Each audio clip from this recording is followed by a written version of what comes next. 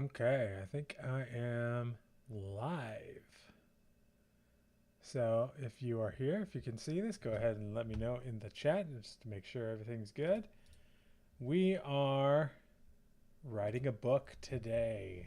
And, well, not the whole book, but it's November, which means it is National Novel Writing Month. And I thought this would be an appropriate time to go live every single day rather than make my normal videos for a month.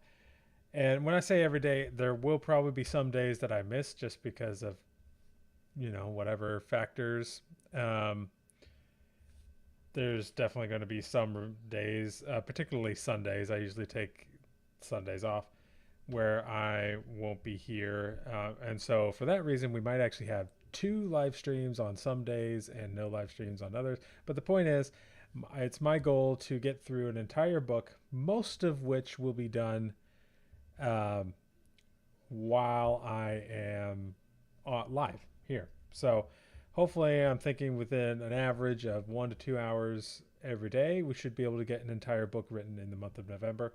And so I'm going to be going back and forth between Claude. Claude's going to be my main thing. I'll probably use ChatGPT a little bit too, and not Sudowrite, because right now I'm trying to refine my process with Claude, and so I'm working with Claude the most. But a lot of this stuff could be done in Sudowrite as well. And I'm going to be using Atticus today to sort of organize myself. And so I'm going to create a new project, Vampire Gothic Fantasy. Author Jason Hamilton. I don't have a title for this yet, so I'm just giving it a generic name. And set up a new thing here. The reason I do this is to organize like my synopsis and all my brainstorming and things like that. So this I'm just going to call brain dump for a lot of just random stuff. And I'll just create a couple of these right now so I have them ready to go. Outline, characters. I don't think we'll get to any story beats today. My goal for today, over the next 2 hours or so, is to go from just a slight idea. It's not even that fleshed out of an idea in my head of a book that's set in my universe. I plan to fully write this, properly. So a lot of the time when I'm on the YouTube channel, I'm not able to give the full dedication that I would like to the demonstrations that I'm doing because, I only have an hour or two to demonstrate the entire thing and then shrink that into a 20-minute video. So I'm hoping with these live streams, we'll be able to do it properly on something that I actually care about and want to be good. And the process might look a little different because of that. So my goal for today is to get to a workable chapter outline. Maybe not a fully fleshed out chapter outline, but something doable. And then tomorrow, my goal for tomorrow is to get that chapter outline fully fleshed out. So like very detailed, basically. And then each day after that the goal will be 1 to 2 chapters every day. And I'll be doing the story beats and the generating of the prose and the revision of the prose for that chapter each day. So it's a lot. Like that could easily be 2 hours right there. One of the reasons why I decided to do this is because I, ironically, after starting this channel, I've become so busy working, this channel, but also my full-time job working at Kindlepreneur, that I've sort of lost a lot of the time I had to write. And so I said, well, I'll just do it in a live stream and hopefully get everything I need there. Um, so yeah, let's go ahead. I'm just going to make sure the live stream's going on my end so I can see everything. Okay. Yep. All right. So we got this will be world building. So I'm gonna go into Claude. Start here. like to brainstorm a novel which will be a sequel. And by the way, if you don't want spoilers for this novel, just don't watch the live streams because, we're planning out the whole plot today. So, so basically, you're gonna need to be okay with spoilers because I'm going to spoil the whole thing right now, which will be a sequel to Dracula. Um, the the prologue will start with Dracula's death, and the two main characters will be Mina Harker and Dr. Abraham Van Helsing. But both of them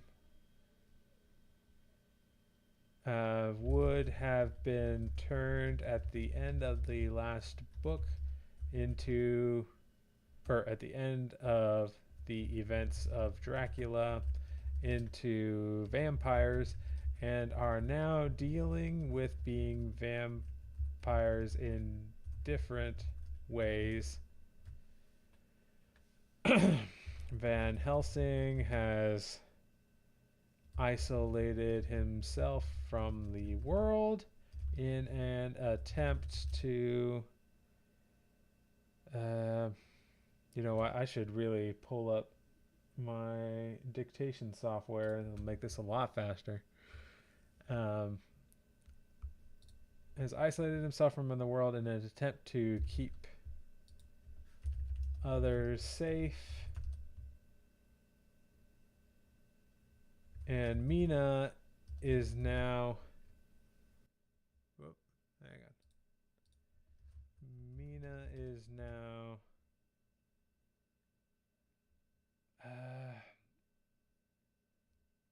Embracing her vampiric self,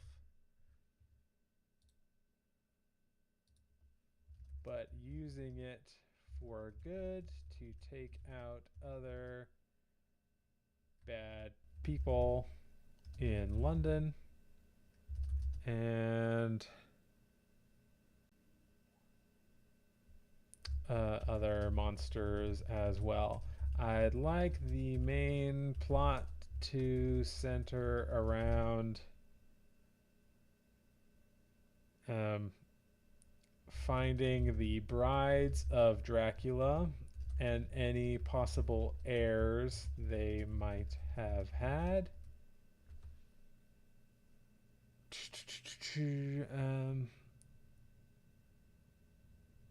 They are in hiding.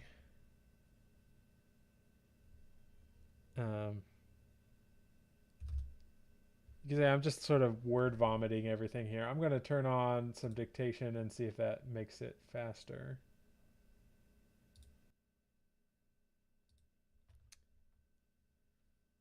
Also, comma, in this story, comma, we learn that Dracula was both vampire and werewolf, comma, the first and only person to be both, comma, and this has something to do with why it is important to find any possible heirs.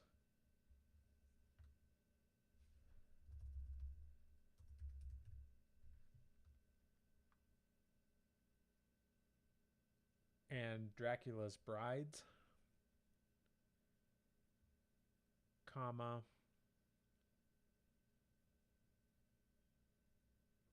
because Mina Harker wants to stamp out the bloodline forever, period. Van Helsing is more interested in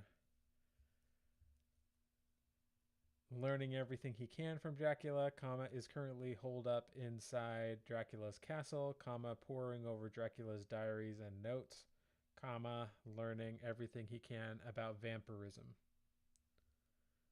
period.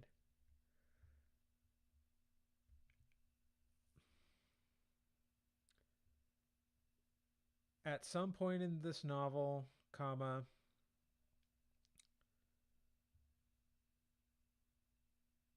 I would like Sherlock Holmes to make an appearance, comma, but probably not until late in the novel when something important needs to happen, period.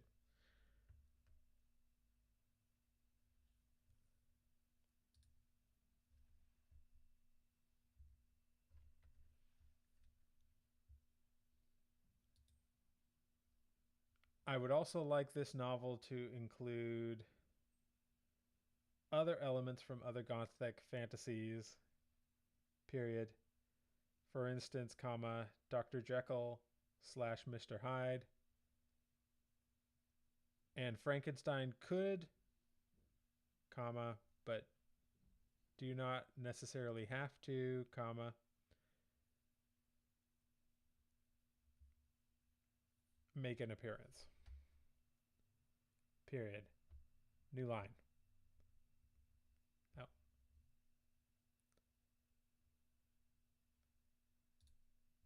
Okay, so that was just my brain dump there. I'm going to just copy that just so I have it on record.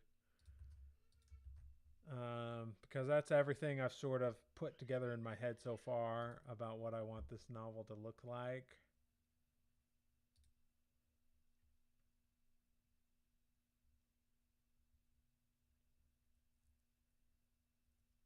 Honey Bun Express, I would guess not for Claude allowing you to brainstorm not safe for work content. If I were to do that, I would use openrouter.ai and use one of the the open source models. My favorite is Mistral right now, although Manser Weaver is good too. All right. Okay, so let's see what it gave me here. Yep. Main plot. Mina embraces her vampire powers, isolates himself. Mina discovers hints that Dracula's three wives survived and are hiding somewhere in Europe with possible vampire heirs. She vows to track them down and eliminate Dracula's bloodline. Van Helsing uncovers secrets about Dracula's ability to shift between wolf and bat forms. He experiments on himself to try to gain these powers. That's not really how it goes. Mina calls on the vampire hunting skills. So this is basically summarizing what I did.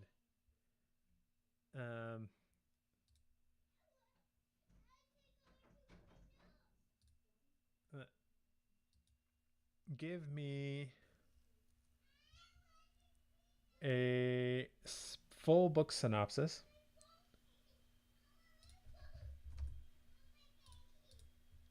with these ideas.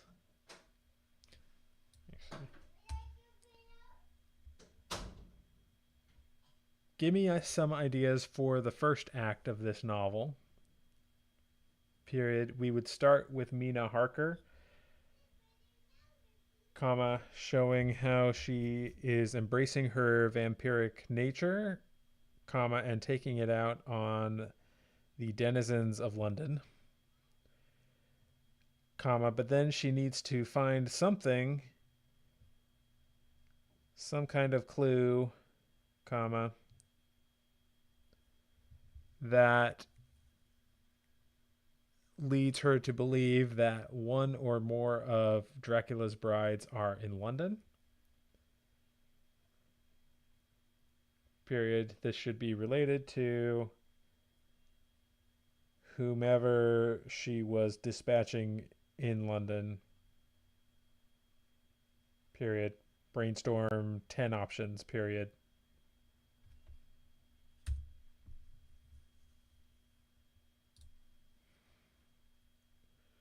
All right. While drinking the blood of a criminal, Mina sees flashes of the bride's faces in the man's memories. Mina overhears whispers in the street of ladies of the night who seem immortal. A dying man mutters something about the master's wives. finds a locket with an ancient Transylvanian symbol.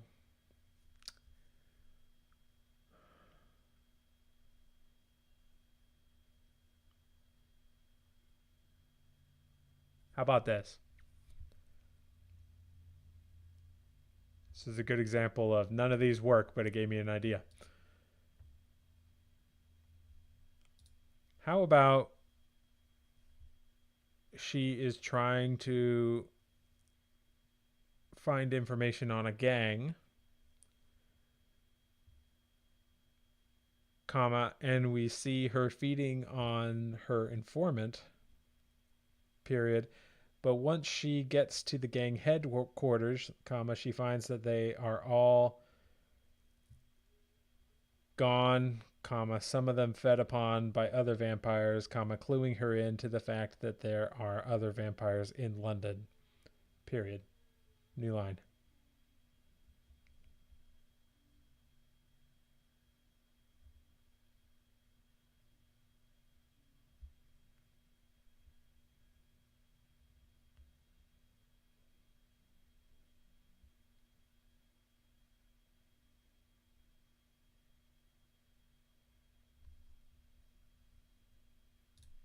Okay, now we're getting somewhere.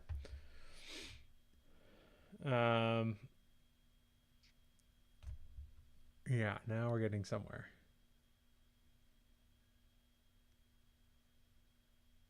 Oh, I'm sorry. People are saying the volume went down. Let me check. Is the volume still down?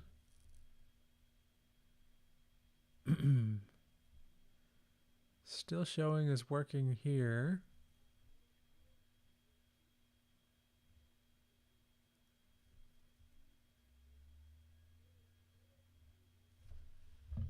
Can bring this closer to my mouth, I guess.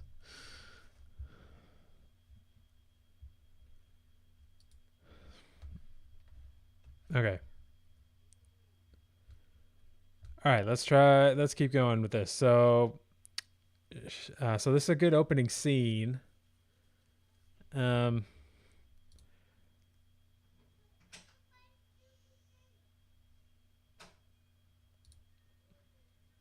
Remind me who is left alive at the end of the events of the novel Dracula.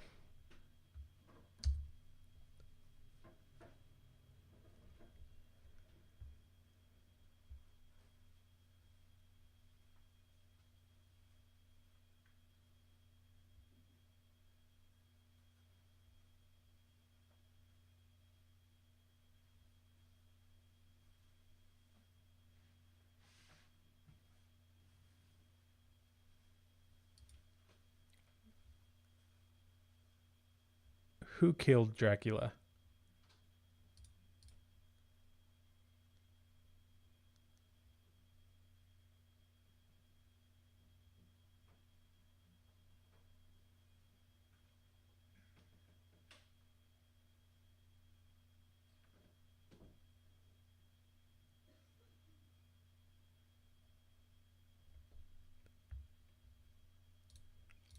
Okay, that's what I thought. So Quincy Morris at the end of the Dracula novel died.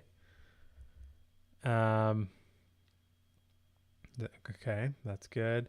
So that leaves us with Mina Harker, Jonathan Harker, Van Helsing, Dr. Seward, and Arthur Holmwood.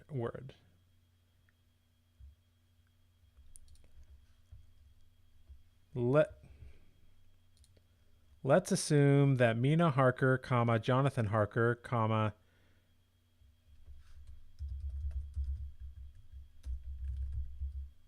and Arthur Holmwood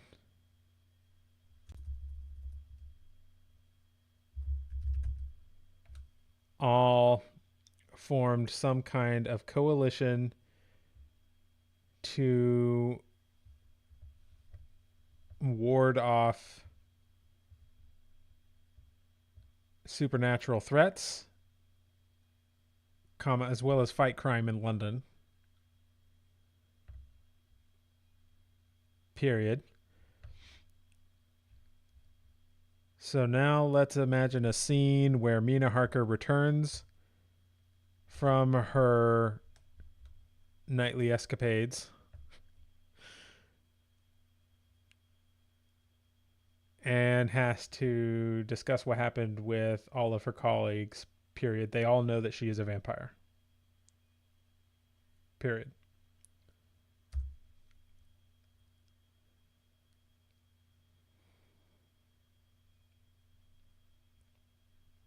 Oh, I didn't want it to actually write the scene for me.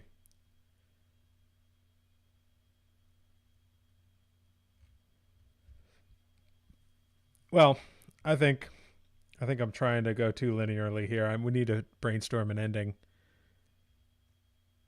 Yes, Miller. These will all be able to be posted to the main channel, so you'll be able to watch them afterward. Okay, so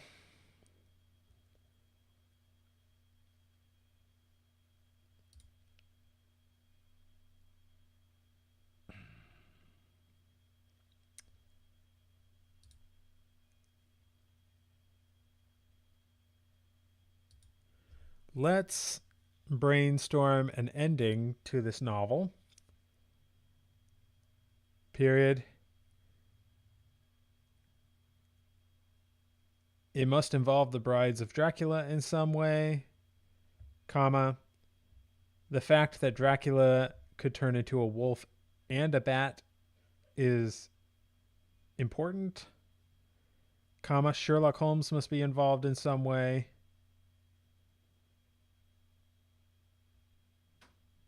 comma.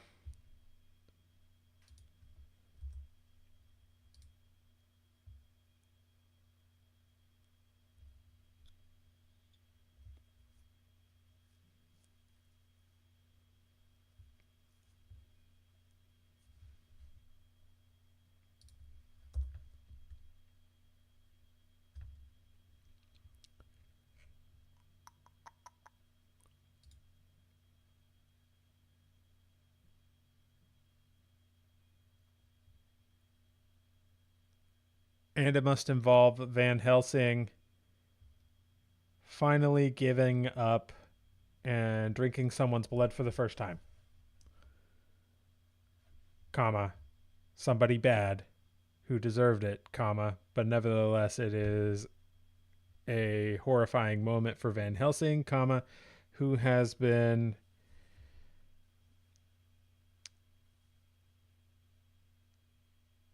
starving himself for the entire novel, period.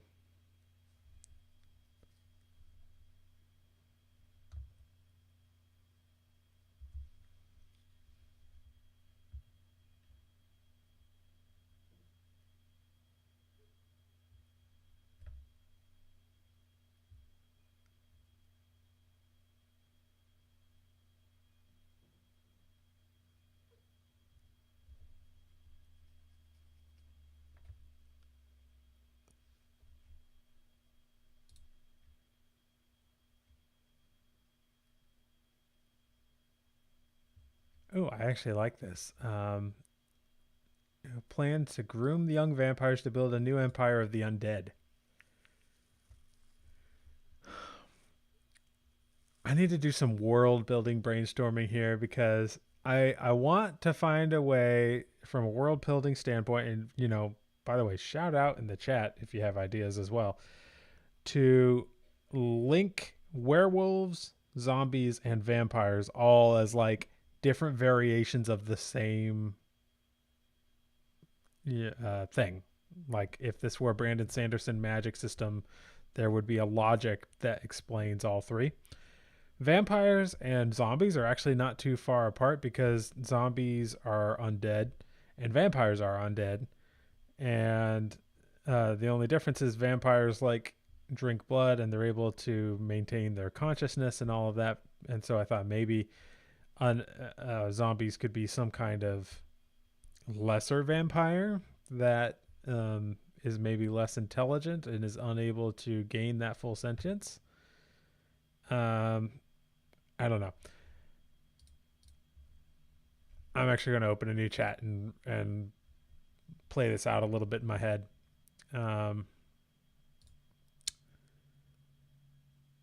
I need to brainstorm a magic system that somehow allows for werewolves, vampires, and zombies to all be related in some way, like how they are able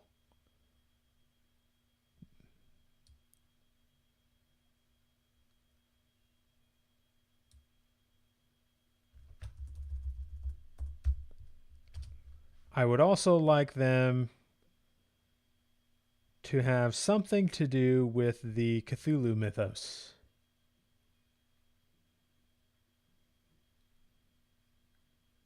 Where the dark energy of the nameless mist or some other Cthulhu related entity is responsible for their existence. Period.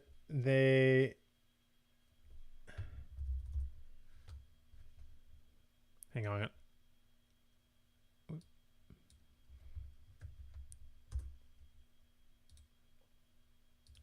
I need to Google real quick. When was Vlad the Impaler? When did he live?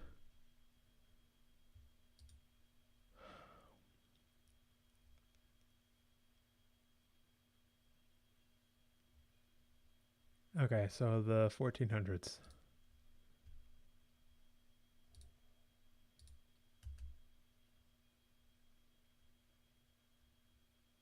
It should start roughly around the 800s AD, when all of these creatures began to exist, but Dracula became the most famous among them in the 1400s.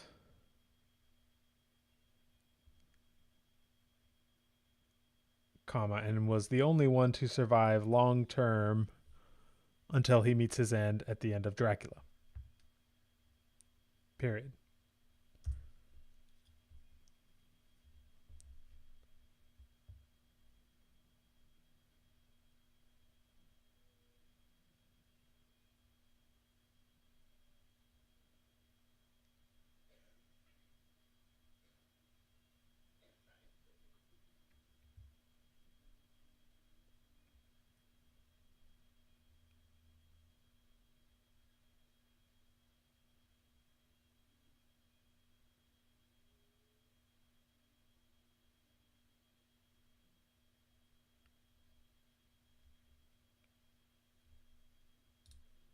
Okay.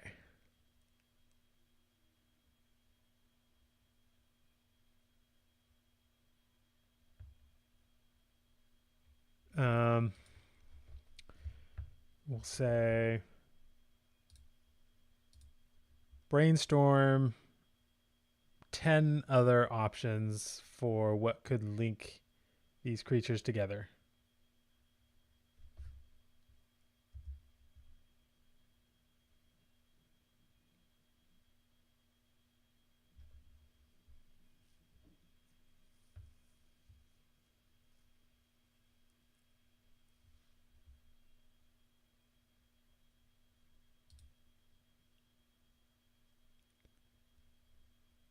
How are werewolves, vampires, and zombies related?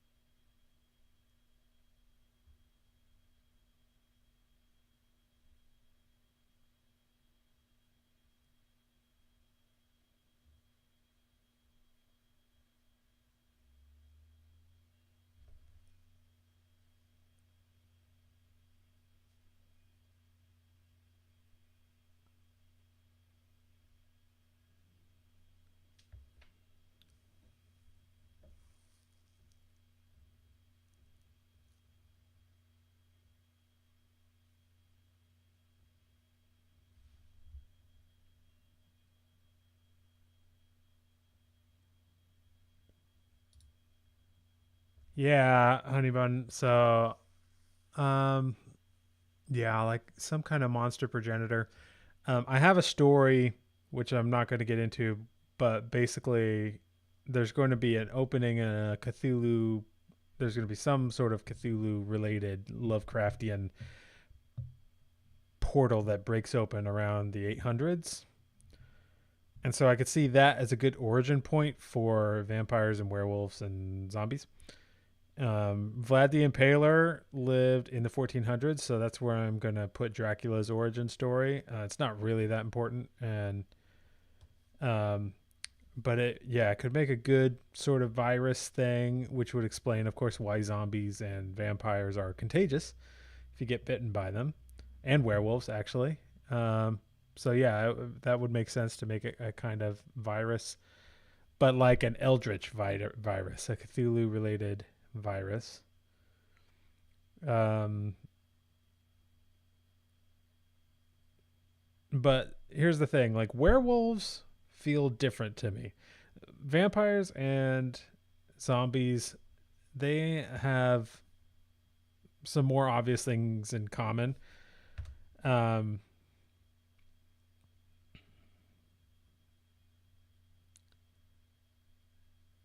um, so,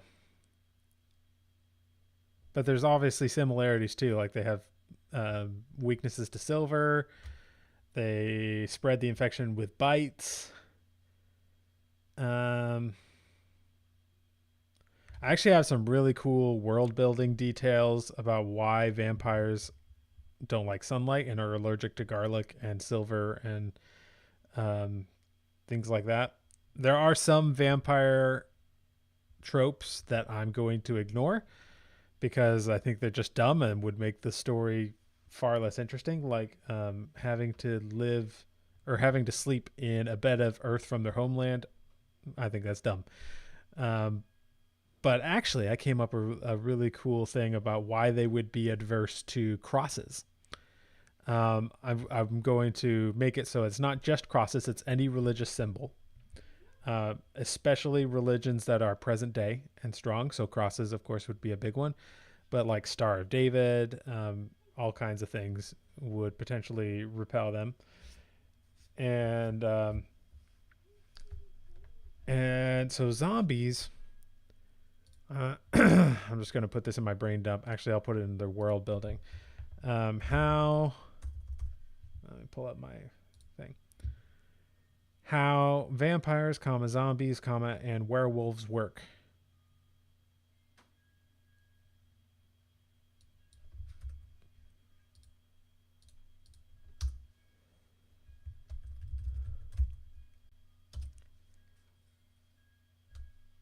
Vampires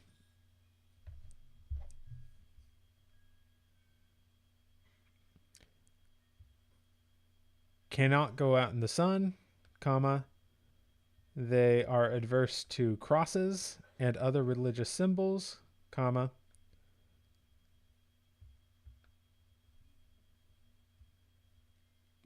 And they don't like garlic or silver, comma, and they can't be seen in a mirror. Period. They become a vampire when they die after having been fed on by a vampire.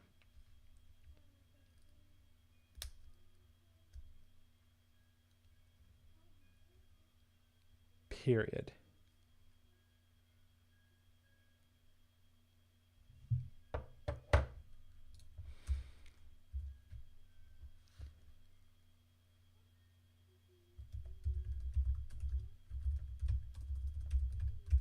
This is a virus that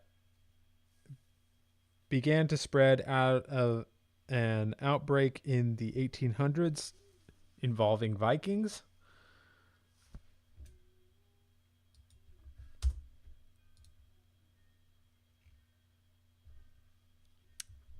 Comma, and is responsible for werewolves, comma, vampires, comma, and zombies. Period.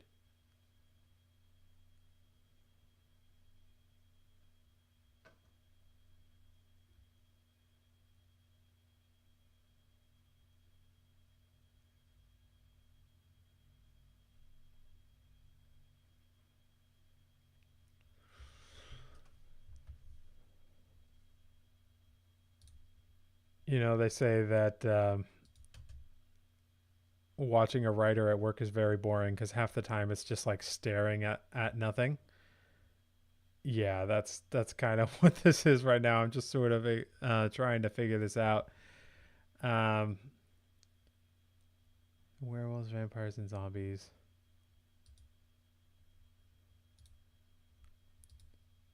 Vampires are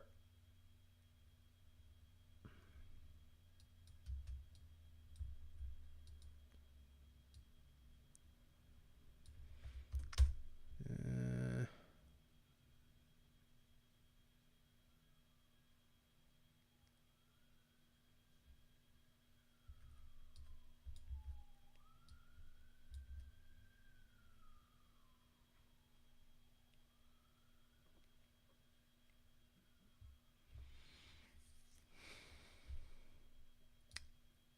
okay. There's got to be something tying vampires and werewolves together because they involve an animal, right? A bat and a wolf. Zombies, there's no animal involved. And so maybe there is, and maybe we could have other animals as well. Like there's werecats. Um,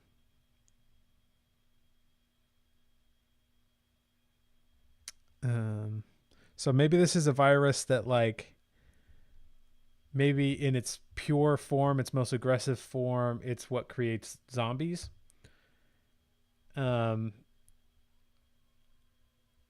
but when it, like, maybe it got into a wolf at some point, or a bat, and those created the first werewolves and the first vampires, where the thing was a little more mutated the by the animal, so it affected the humans differently.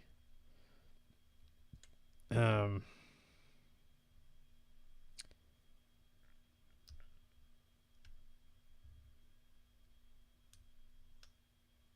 yeah, yeah, something like that. I like that. Um, I'm just gonna ask Claude for a second here. What are some other creatures similar to werewolves, comma vampires, comma and zombies? Question mark.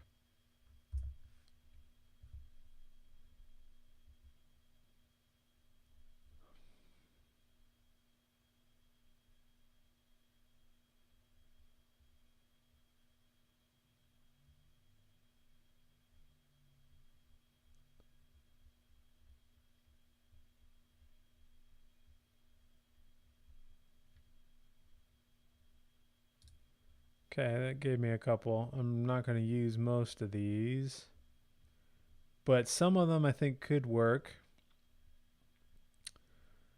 Um, or at least could be explained by the whole virus idea. But the thing is, I want to have some kind of, because werewolves I often see as a more noble creature, and I don't necessarily want them to be like the savage, you know, when the full moon comes around, they go crazy. They have no control over themselves. I like the idea that there's a more noble quality to them. So maybe that's because of just the wolf that the virus got into. Um, Wolves are more intelligent.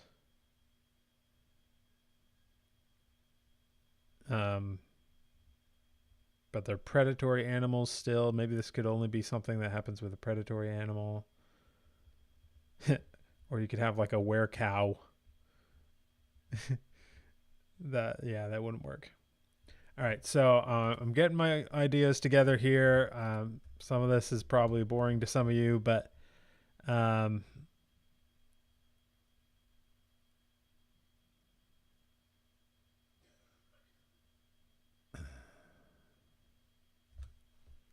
I'm reading some of your guys' thoughts in the chat. Ooh, rats fed on the dead and created zombies. Ooh, bats fed on the dead and created vampires, and then wolves fed on the dead and created maybe not the dead, but they fed on maybe some like eldritch creatures.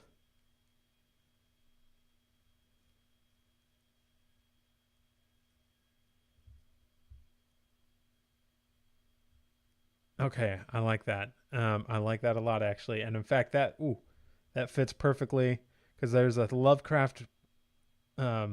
there's a Lovecraft story called Rats in the Walls that takes place around this time, I think. Um, and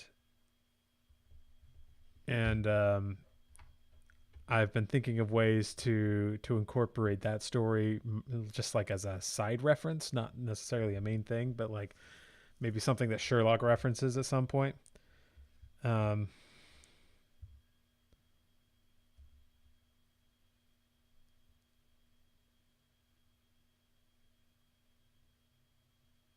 okay. This is starting to take shape. This is a virus that began to spread. It occurred when rats, bats, and wolves ate the flesh of eldritch monsters. Some of these were by accident, rats. Some were more experimental by other humans on what might happen. Um, Vampires can. Okay, so yeah, that's all my stuff about vampires. Um,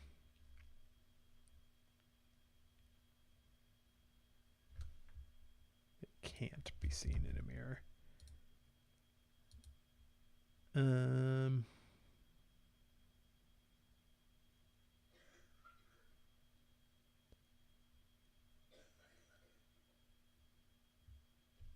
okay, so werewolves, zombies. Let's see how the werewolves work. Werewolves are a more noble kind of creature, period. They spread in the same way that vampires do, comma,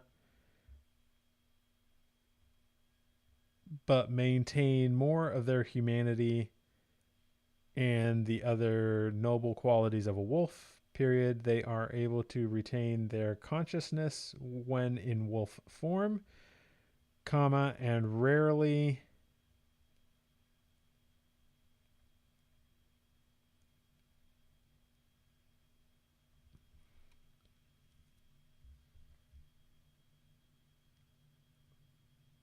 harm other people, period. They are most active around the full moon, comma,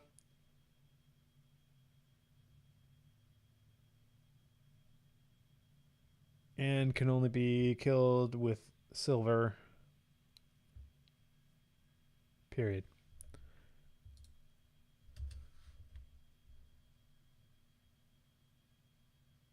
Zombies are the most loathsome version of the virus, period. Zombies are very much like traditional zombies in pop culture, period. They are generally slow, comma, can be killed with any projectile through the head, comma, crave human blood and brains, comma,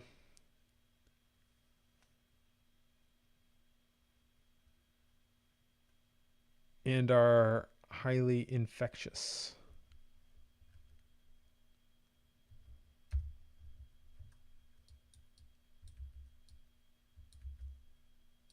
All right, I think that's some good beginner world building here. I need to sort of have that in the back of my mind because this is going to involve mostly vampires, but some werewolves and probably zombies in a certain capacity as well. So let's go back to our brainstorming of this thing.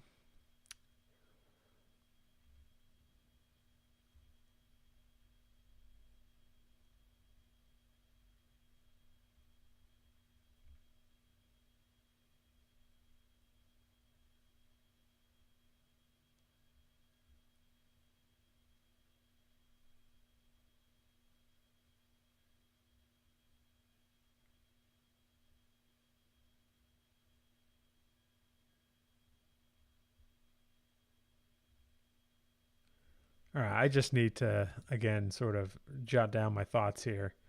Brain dump. Let's go to the brain dump.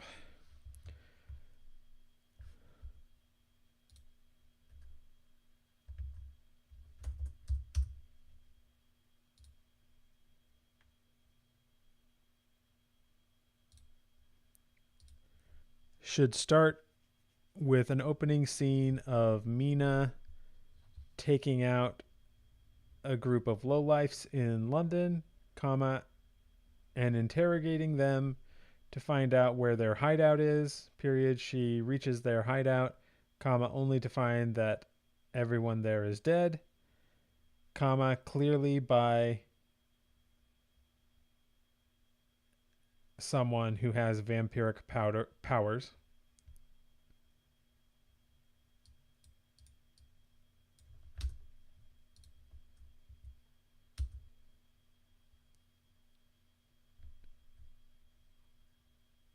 She goes back to their group's headquarters, which involves Jonathan Harker, comma,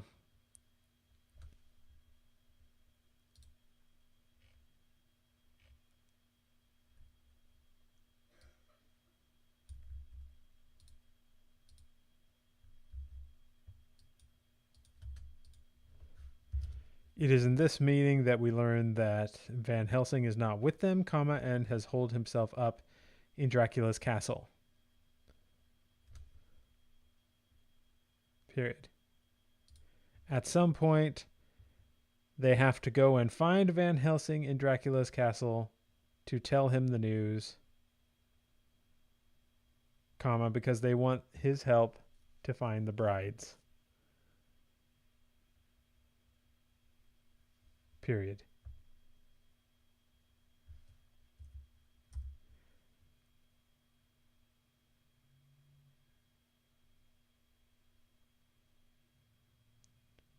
They are able to find a couple of clues, comma, and consult Sherlock Holmes to determine where those clues are from, comma, and he determines that they will have to go to Transylvania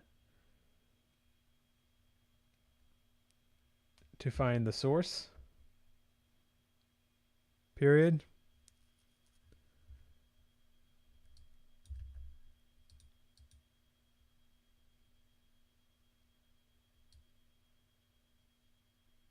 This leads them to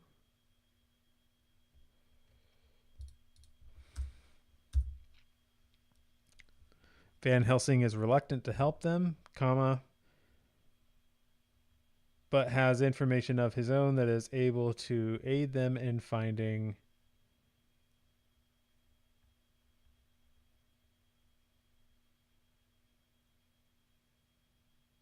the brides. Period. They must first seek out a pack of werewolves who live in the Transylvania region, comma, who are distantly related to Dracula, comma, because Dracula is descended from a werewolf who also became a vampire. Which, by the way, if you're wondering why I'm making Dracula a werewolf and a vampire, if you've read the novel Dracula, he could turn into a wolf, and like he wasn't called a werewolf, but Bram Stoker just kind of meshed a number of things together, and rather than just shrug that off and call it a bug, I'm going to make it a feature and actually lean into it a little bit. As a way of making Dracula maybe just a little more special than your average vampire.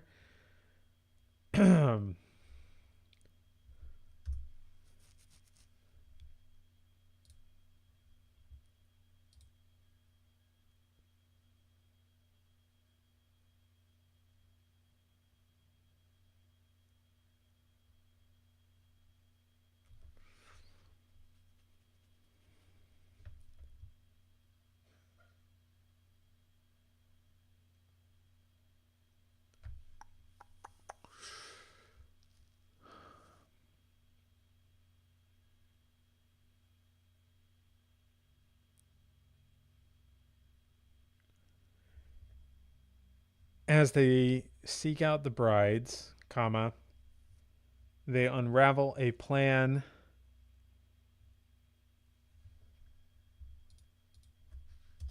discover a plan to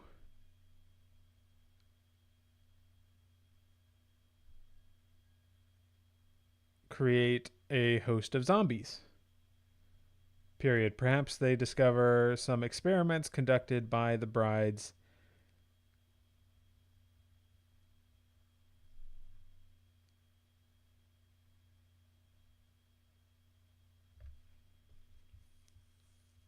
uh, where they created zombies, comma, and now they want to do so at scale,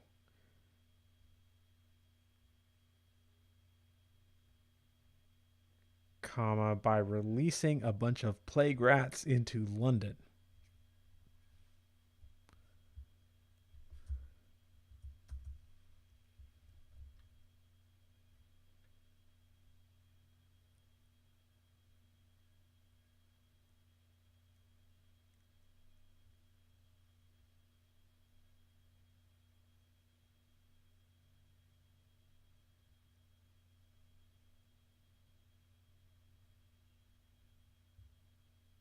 There needs to be a final battle in a London warehouse, comma, in which Sherlock Holmes becomes endangered.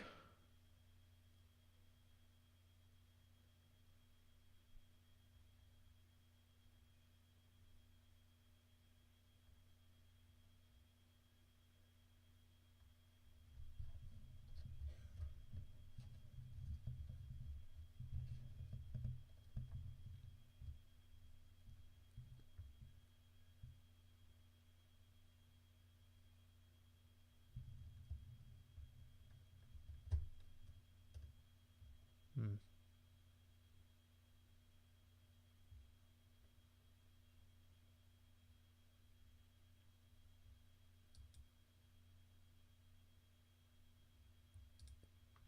Comma, and in which Van Helsing shows forth his true powers, comma, feeding on a corrupt human, comma, getting younger and more powerful as a result, comma, and turning the tide. New line.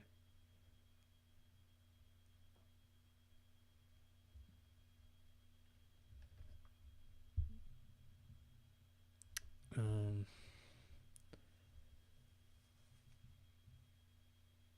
Van Helsing's knowledge of how vampires work should come into play.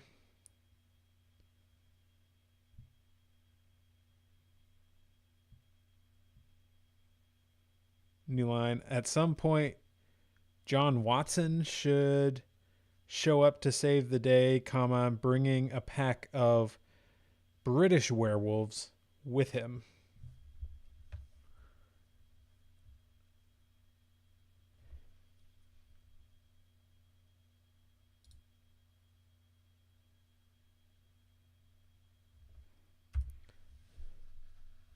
As part of this encounter, comma, they find out that there is a pack of werewolves in England as well, comma. And John Watson is dispatched to reach out to them.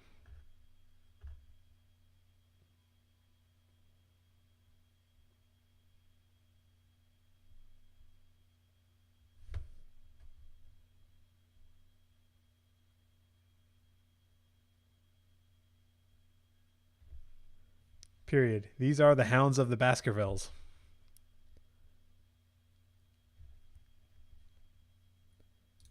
Guys, I love it when the ideas just start flowing. I'm getting there. I might not use all of this, but I'm liking how it's coming together. All right.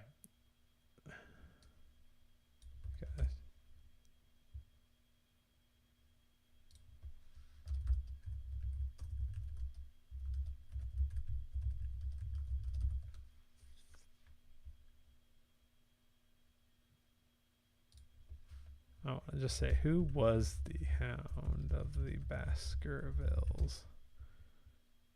I've read the novel, but it's been a while.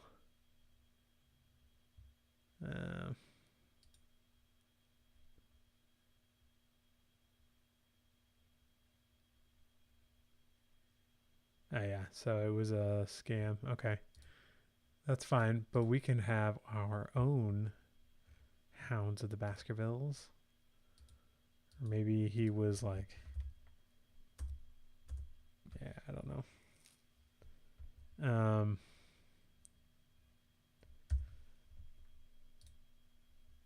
One of the brides should escape, and at the end of the novel, comma, we get an epilogue where she is speaking to Nyarlathotep.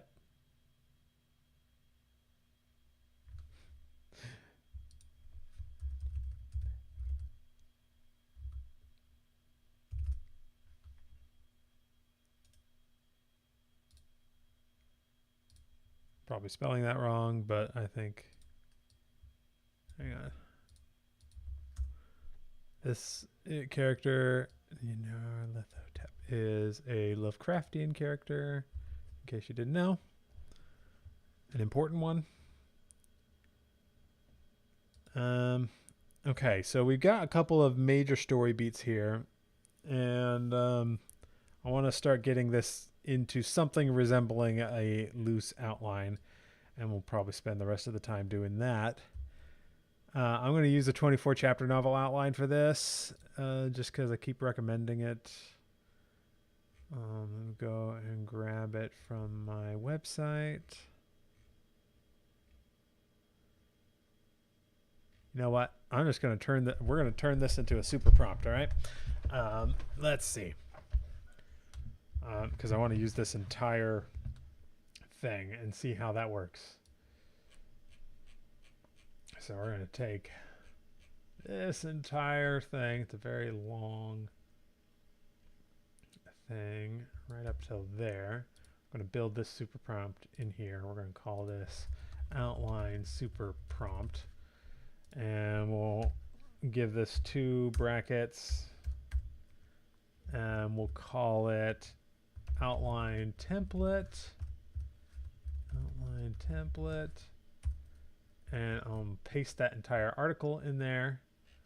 Don't need to worry about specially formatting it. And we'll create another one and call this one brain dump. Brain dump. Something like that. And I'm going to take and let's go into a brain dump.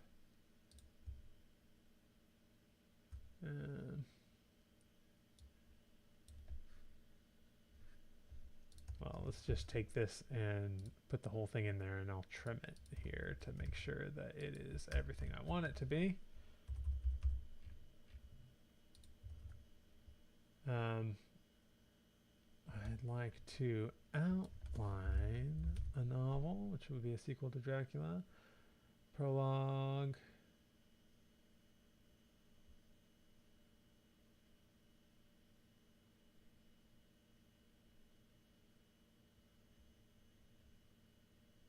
And I'm going to add something here like sequence of events. And give these numbers.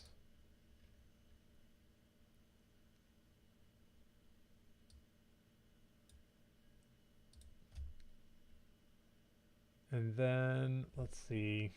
We don't need characters in this thing, so I think we're just going to do instructions. Instructions.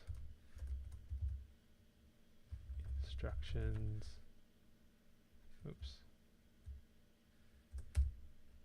Something like that. And using the following brain dump for background information and the following outline template, construct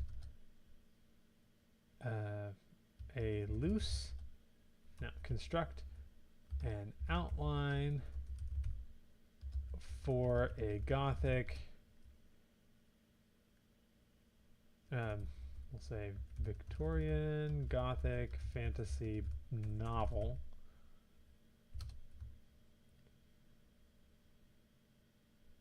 Start with just a brief description, no more than one short sentence for each chapter.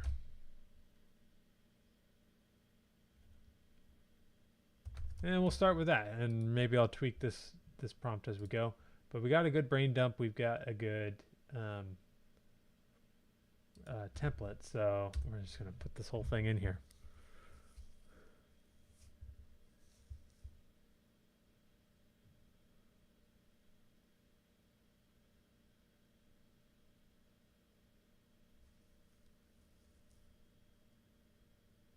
This is pretty good. This is kind of what I wanted.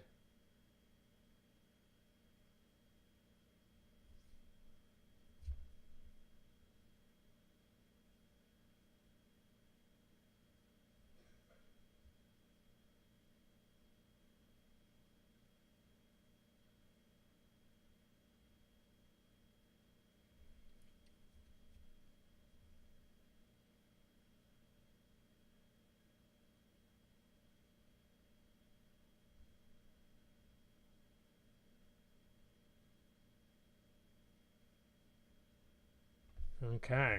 All right. This is not bad.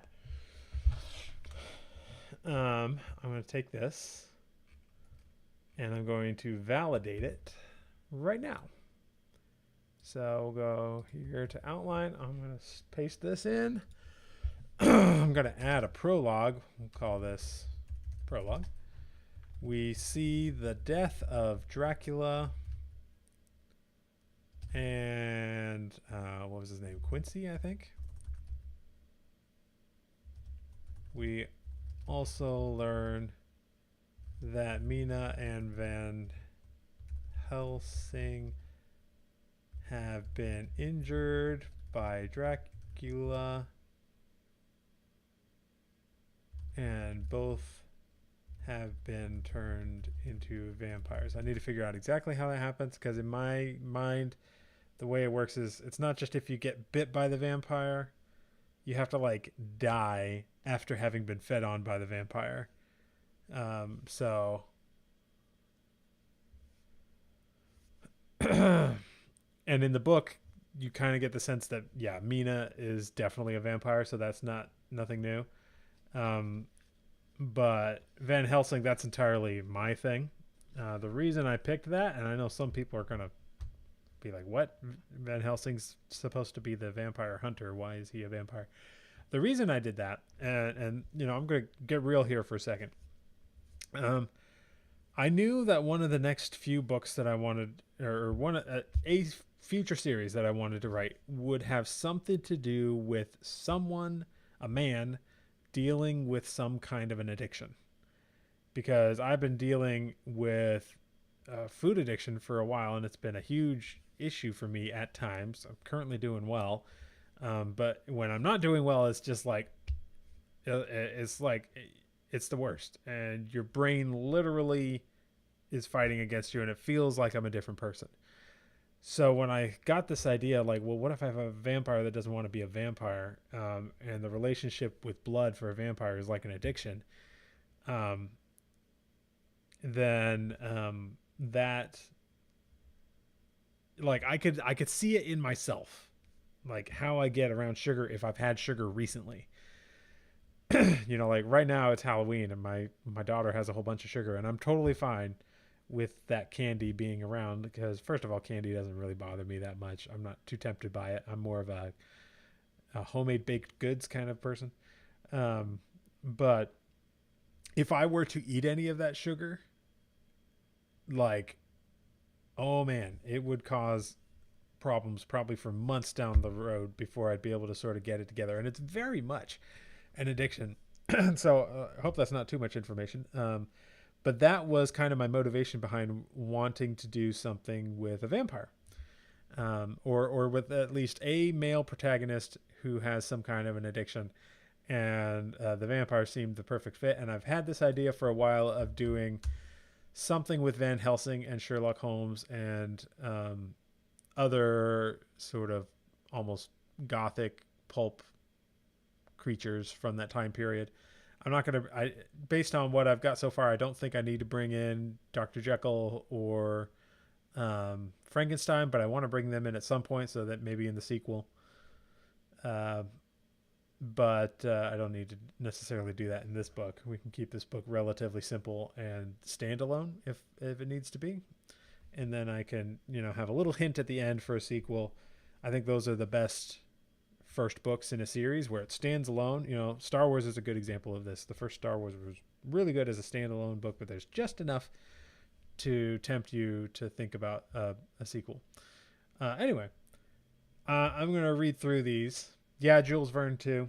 And maybe some other things like I think it's H.G. Wells wrote The Invisible Man, so some H.G. Wells stuff. And then, obviously, if you've been listening in on this, I'm going to cover some Lovecraftian stuff as well. In fact, in my universe, I've got it set up so that the Lovecraft gods, like Cthulhu and Nyarlathotep and Yog-Sothoth and I think Azathoth, they are basically the big bads of everything. And also, yes, Edgar Allan Poe stuff will probably make an appearance in some way if I can fit them in. Obviously, you want to do what's right for the story, right? And I think there's a good motivation to get Sherlock Holmes in this one, and some werewolves, and of course Dracula and everything related to Dracula. But yeah, I've always had it in mind that I would have a main character. It would be Van Helsing, and he would at some point throughout the series encounter a lot of these different gothic monsters and characters. So that's kind of how it is. My universe, if you don't know, is very much based in real world mythologies and things like that. So basically everything that's in the public domain, I try to incorporate in some way if I can. Obviously, you can't do that with everything, but I've got in my mind a good way of combining all of the different myths in a way that makes some kind of sense.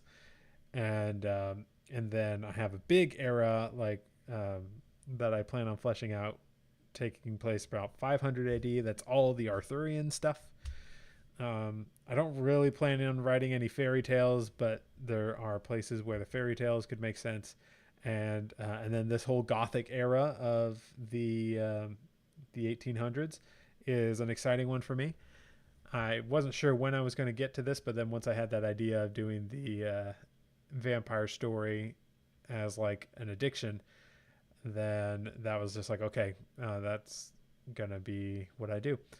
Also, this is what you guys voted for. I put a vote out there a number of weeks ago about a couple of different series ideas that I was thinking about, and this was the one that won. So I thought, perfect. All right. Let's actually start going through this. We've got about 45 more minutes, and in that time, I want to validate this whole thing and maybe expand it on it a little more. Mina Harker feeds on a criminal in the streets of London, embracing her vampiric nature, but struggling with guilt. Not struggling with guilt. Thank you, Claude. I know you're trying to make everything better, but she is not struggling with guilt. Where we learn that she has fully embraced being a vampire, but she holds back, but she tries to compensate by only feeding on those who deserve it, in her mind. Shouldn't be typing. Let's dictate.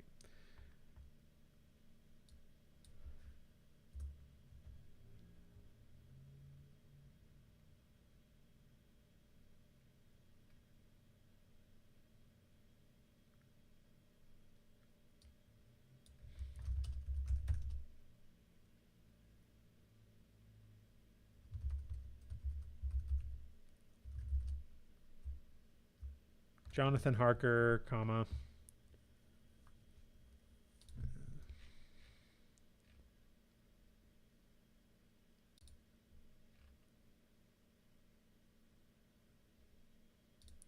Hang on, I'm turning that off. That's not working. Brain.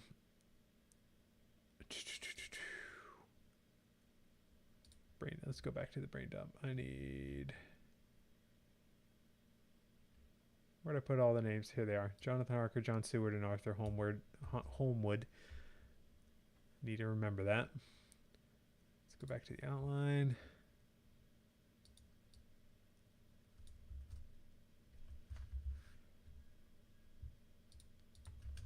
Mina insists that more vampires must exist and that they can't count on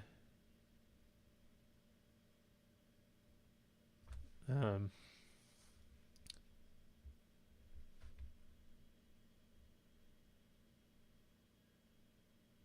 can't count on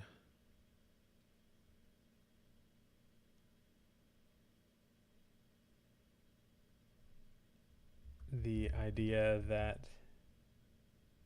the brides are gone. They have to assume they still exist. Call to adventure. Mina finds a crime scene with multiple dead bodies drained of blood. Unable to deny another vampire is loose in London. Head in the sand, Mina hesitates to tell her companions, hoping a rogue vampire murderers are isolated incidents. Pull out the rug. Another mass murder by a vampire forces Mina into act, alerting John Harker, John Seward, and Arthur Holmwood. I don't like this section here because it's just like the same thing over and over. So we need something else.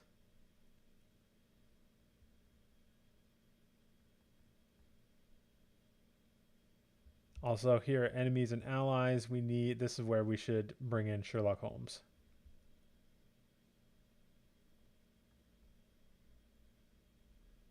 Does this even have Sherlock anywhere? No, I don't think it does. Hang on, let me search.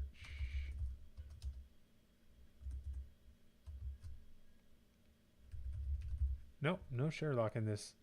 So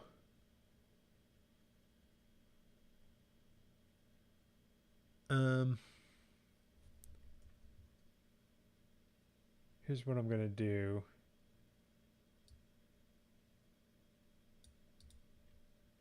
Call to adventure.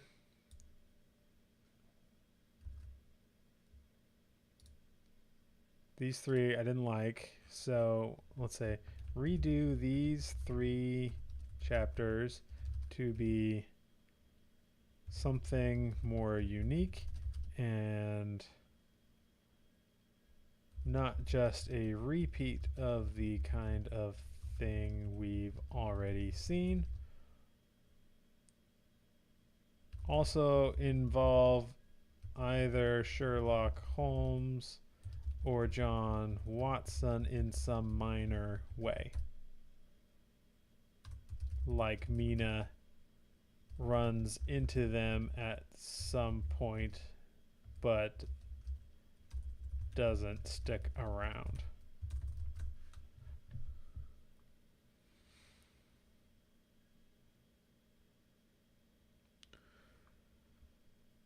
Have I thought of a title yet? Not yet. I don't necessarily think of titles this early on. I could probably do that at some point, but really my focus is on writing. I mean, here's a screen. Find the manager nearby. Sherlock Holmes. Nah.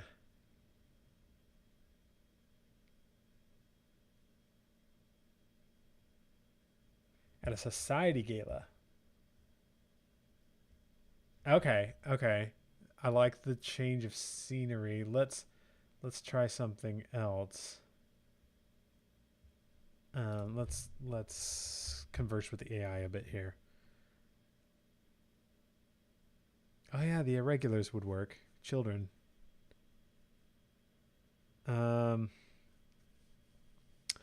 hey Robin, welcome to the live stream. We are talking about a gothic vampire fantasy, and I'm currently in the outlining stage, figuring out how this thing should be structured. Um, let's do it this way instead of. Well, hang on. I'm just going to write some of this myself. Call to adventure. Mina finds a crime scene with multiple dead bodies drained of blood. This time they are children. She is spotted by a child who runs away before she can explain what happened. On the corpses, she finds a clue leading her to believe she must attend some kind of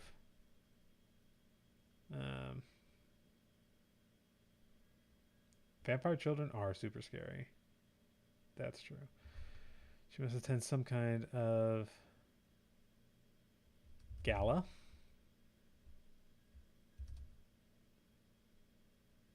Yeah, let's just go for it. We'll just say a full-on ball. I like balls.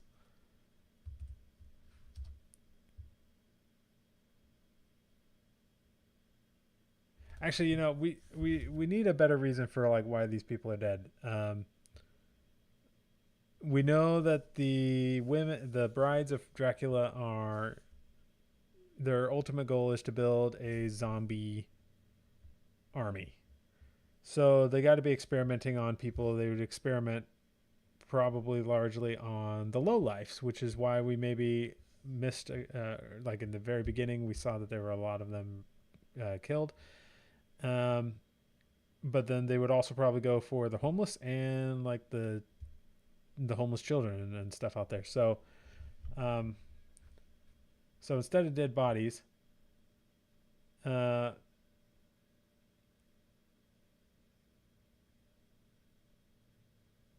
sorry, Janet. Okay, so Mina runs into a child while she is out patrolling.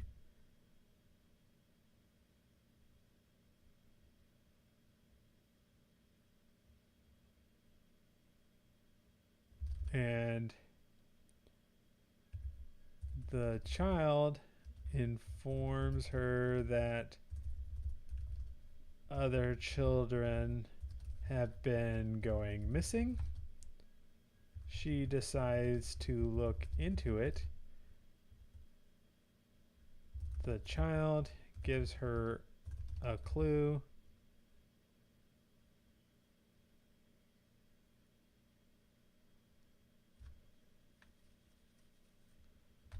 that leads her to believe she must attend some kind of ball. Head in the sand.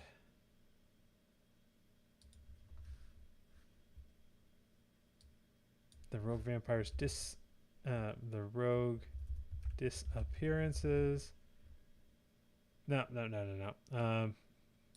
Mina's a vampire Peter Pan. Ooh, I love that idea, but I don't think it would fit in this story. Head in the sand. Mina tells her companions what she has found, and they don't want her going to this ball because she hasn't been tested in high society yet since she became a vampire.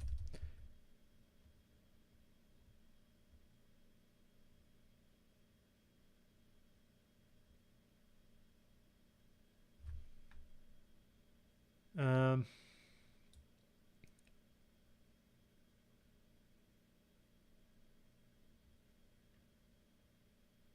we need so pull out the rug. We need some kind of action scene here. I feel. Um, I'm gonna give it what I've done so far.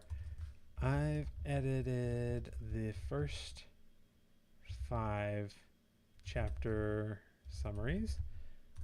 Can you give me some ideas for chapter 6 that involve an action scene of some kind?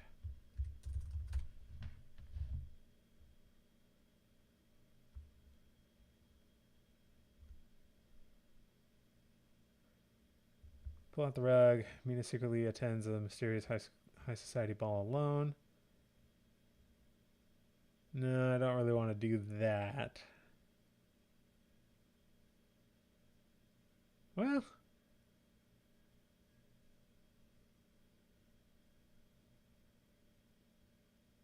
actually, this isn't too bad. I'm going to change it though.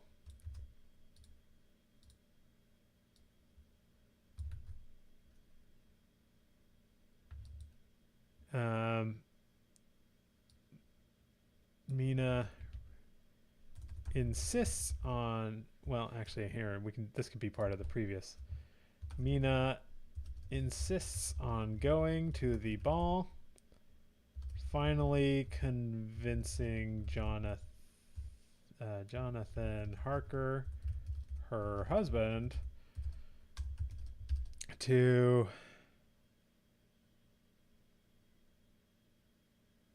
accompany her. So, and then here in chapter 6, Mina and Jonathan attend the ball, suspecting the children's disappearances may be linked. During the lavish party, she spots a familiar face, one of Dracula's brides. I'm going to say she doesn't know who they are. Spots a suspicious face, and upon following, eventually discovers that the woman is one of Dracula's brides. Mina shadows the woman to a locked room and finds the missing children in a cage, set to be sacrificed. A violent confrontation ensues between Mina and the bride, crashing through the ballroom. All right, we're going to get rid of this finding the missing children because we don't need that yet. Mina shadows the woman to a locked room and discovers that there are not 1 but 3 brides of Dracula. A violent confrontation ensues between Mina and the bride, crashing through the ballroom.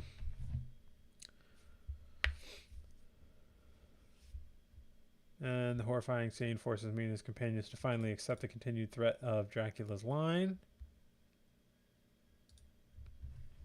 At the end of this chapter, they get a knock on the door, and they open it to find none other than Sherlock Holmes, who has obviously tracked them down effortlessly. All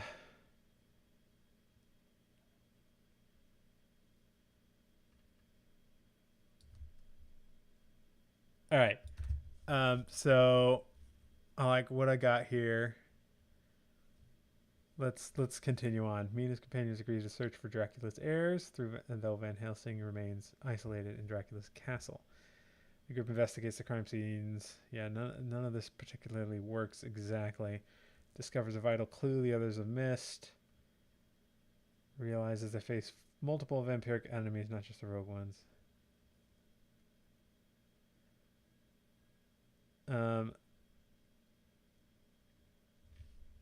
So what I'm going to do now that I have these kind of fleshed out, I'm going to go back to Claude and say, I've rewritten the first 6 chapters below with this in mind.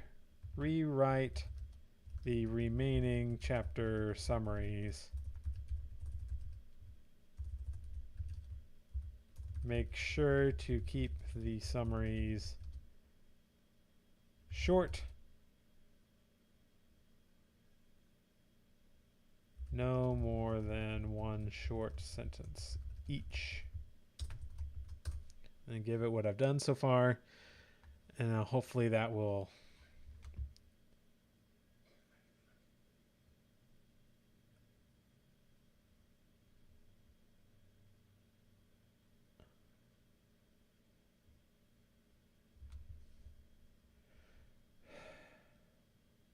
all right, so yeah, it's definitely taking information from what I've modified. So hopefully that we're steering it the right direction.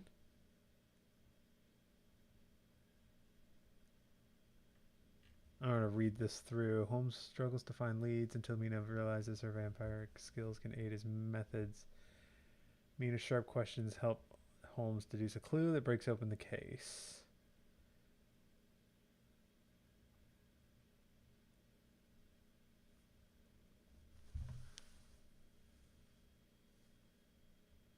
All right, it's definitely gone off the rails here. I need to remind it of some of the things in my brain dump.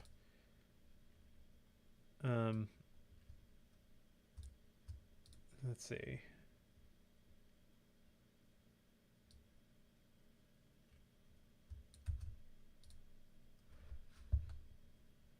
I'd like you to use more of the information in this brain dump. Please rewrite the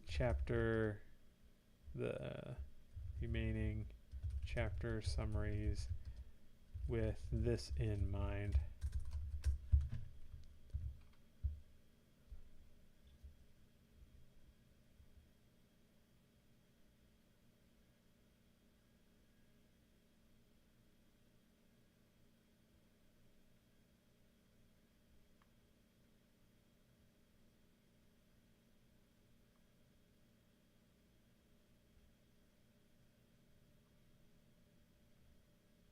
Okay, this is better. This is better.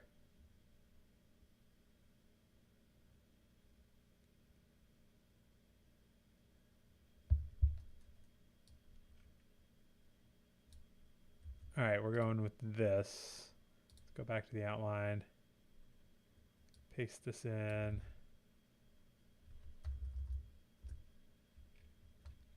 All right, enemies and allies. In Transylvania, Van Helsing reluctantly agrees to help find the brides. Sherlock offers his help. And they eventually decide they need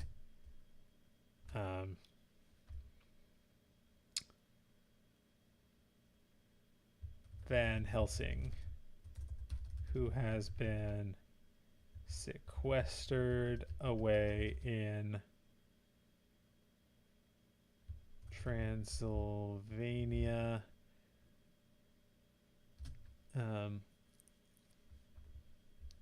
To study Dracula in his castle.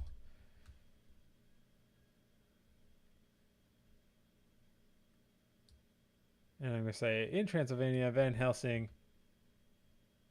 refuses to help.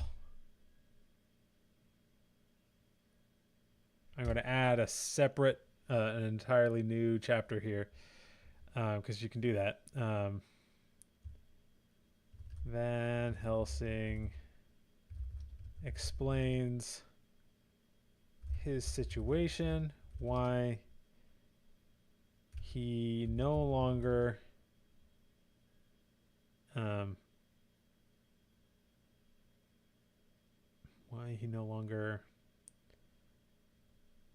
associates with humans anymore. This is when we get the big reveal that he is, in fact, also a vampire, but he has not aged. Or no, but he has aged.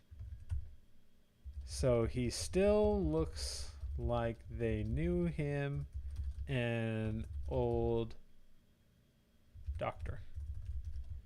He explains that the youth that comes from being a vampire comes from drinking blood, and he has not drunk any blood.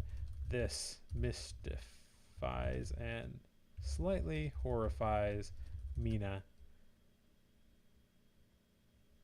because she didn't even think abstaining was possible.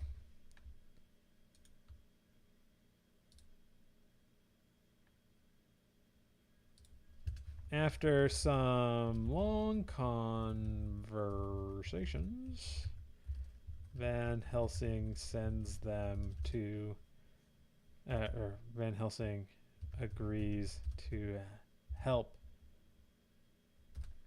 Games and Trials. Van Helsing sends them to find a pack of werewolves related to Dracula. That's fine. I know some of these are short, some of them are long. We'll expand on them later. Earning respect, Mina earns the werewolves' trust, gaining their aid. That's fine. Forces of evil, the werewolves revealed the bride's plan to create an army of zombies.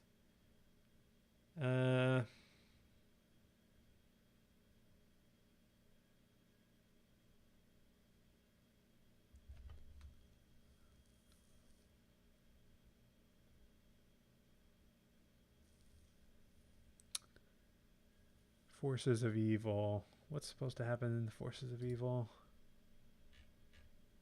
chapter?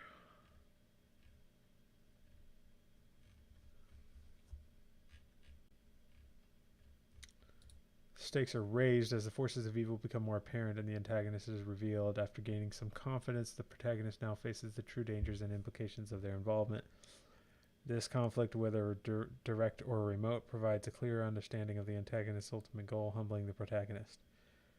The chapter should depict small successes for the protagonist and their allies, increase tension as the antagonist forces work toward the same goal. By highlighting the protagonist's newfound understanding of the antagonist and the resulting humility, the story's intensity is further heightened.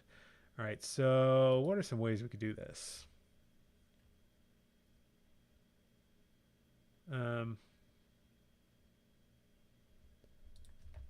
I'd like to have something more dramatic happen in chapter 10, Forces of Evil. That increases the stakes. Give me a few ideas. Yes, this stream will be posted, for those wondering.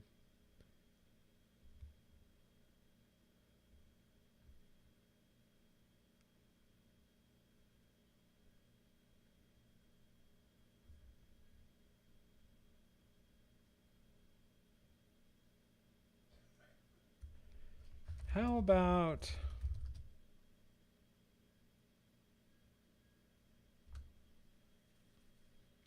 let's see. How about the brides actually turn some zombies loose on Mina, the werewolves, and Mina's companions?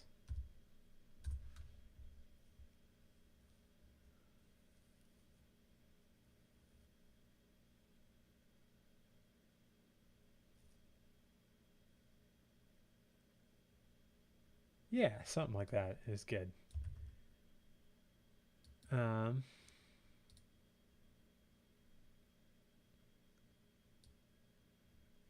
we'll price that. Suddenly, the brides ambush Mina's group, unleashing zombies upon them. Mina and the others barely fight them off, suffering casualties. Among the werewolves, they now grasp the full danger of the bride's plan, having witnessed the zombies' carnage firsthand. Maybe I should make the zombies a little bit more dangerous, because so far I have them like Walking Dead zombies, and yeah,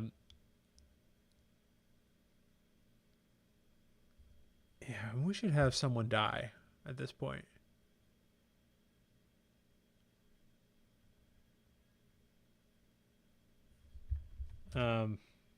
Not Jonathan Harker, but maybe one of the others, Arthur Homewood or Dr. Seward.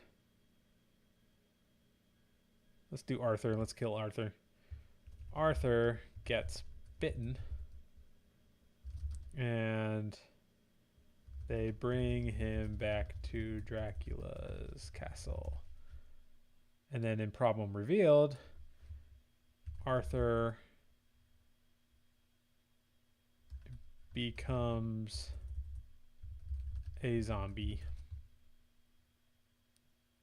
And that's the big problem that's revealed. They realize that they are up against something really bad.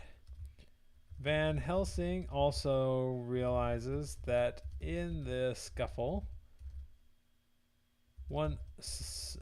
someone, probably one of the brides, has taken some notes,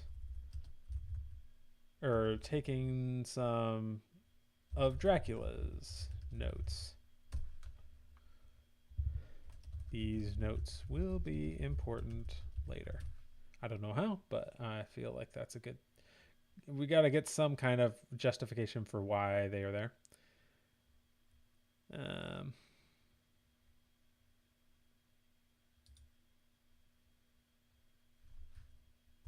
I'm going to combine those two for now, split them later.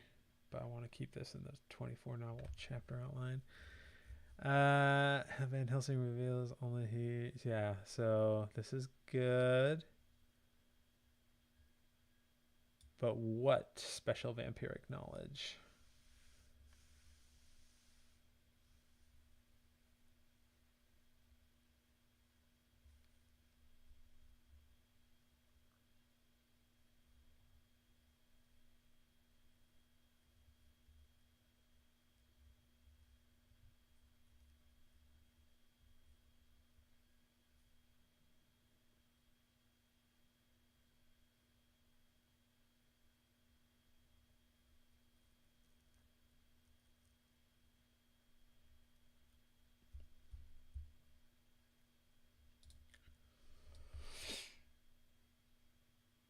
All right, let's do this whole process again, where we give it what we've edited.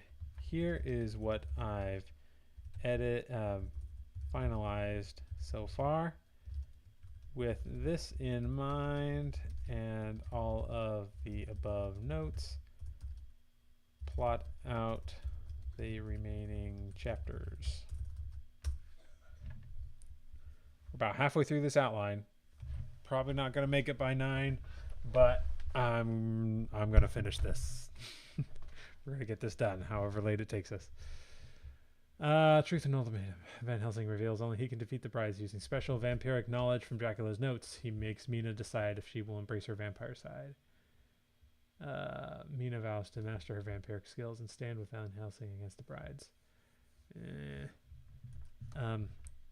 Tell me what is in Dracula's notes that Van Helsing lost. I kind of want to figure that out before we do anything.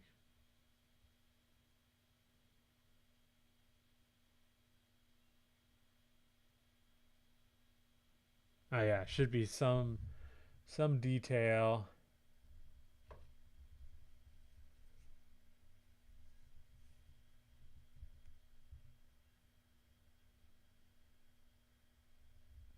Something about wanting to resurrect Dracula. How could this zombie army have something to do with resurrecting Dracula? Like maybe if they create enough undead energy, it'll like. Uh, yeah, I don't know if that would work. Let's see.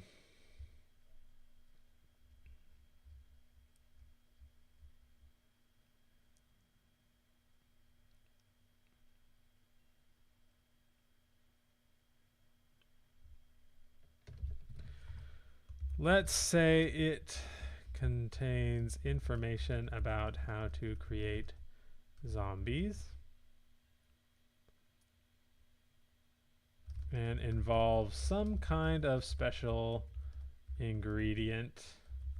Give me a few options on what this could be.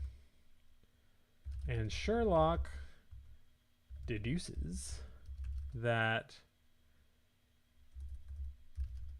in order to get that ingredient, they will have to visit a specific part of England.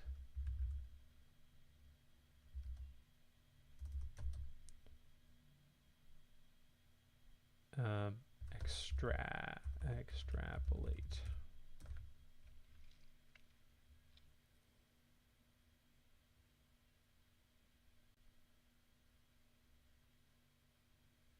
Let's say it contains information. Yeah. Essence of a banshee. Blood of a hellhound. Grave shroud of the dead king.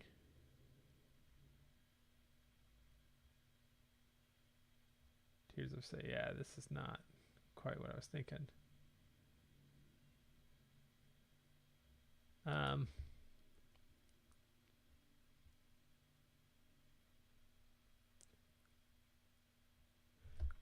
How about it is something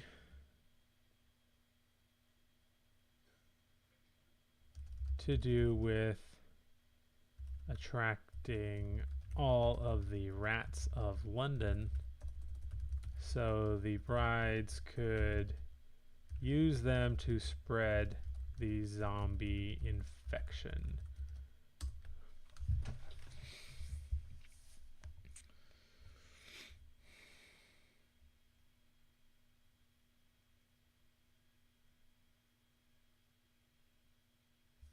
That's an excellent idea. Thank you.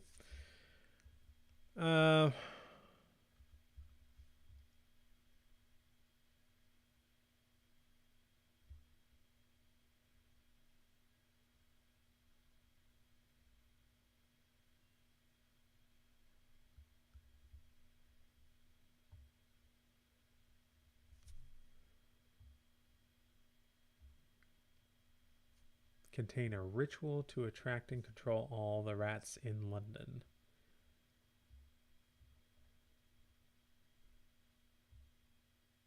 We don't need to control the rats necessarily.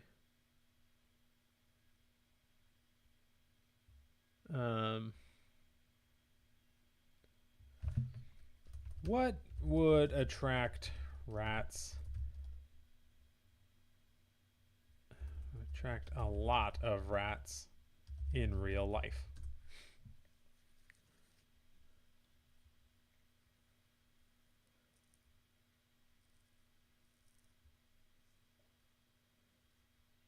Food, nesting sites,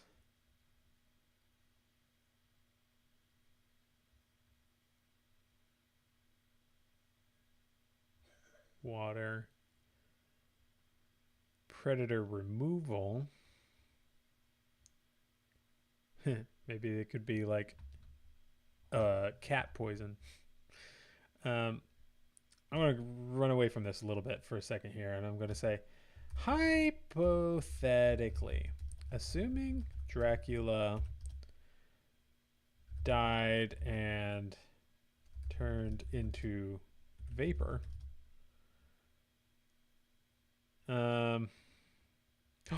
Pied Piper. Oh, yes, DP. I don't know why I didn't think about that, but that's 100% right, and that fits all into my lore mythology thing. Okay, so oh, I got this. I got this. Oh, yes, yes, yes, yes, yes, yes, yes, yes. Uh, that was the clue I needed. I would have gotten there eventually, but thank you. Um, but hang on, I'm gonna continue wrapping up this thread. Assuming Dracula died and turned into vapor, brainstorm a number of ways that he could come back and how that could somehow involve a zombie horde.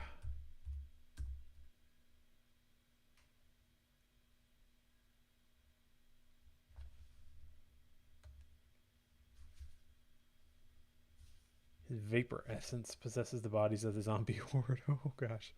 Animating them and using them as vessels through which he can regain physical form.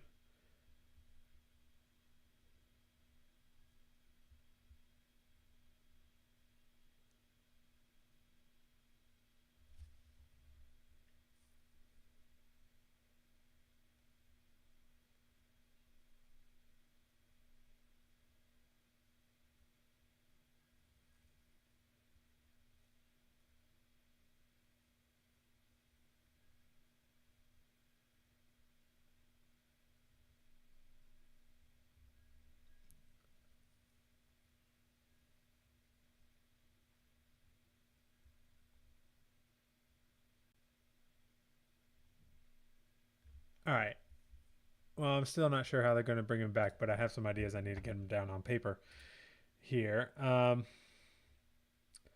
going to go to my outline super prompt and put this in the brain dump section. Um, the plague rats are fed the ashes of Dracula, which contains the vampire slash zombie virus. The plan is to distribute the virus through the rats. The brides of Frankenstein of Dracula also get possession of a flute belonging to the Pied Piper,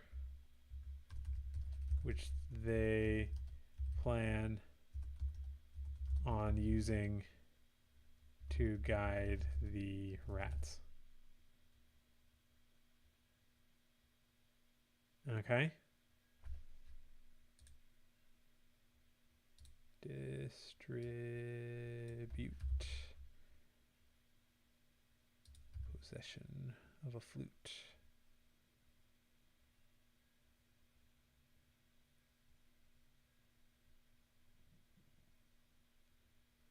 Yeah, DP, that's kind of what I was thinking. Like the zombie bodies would somehow come together and create like some, like, yeah, like you said, chrysalis.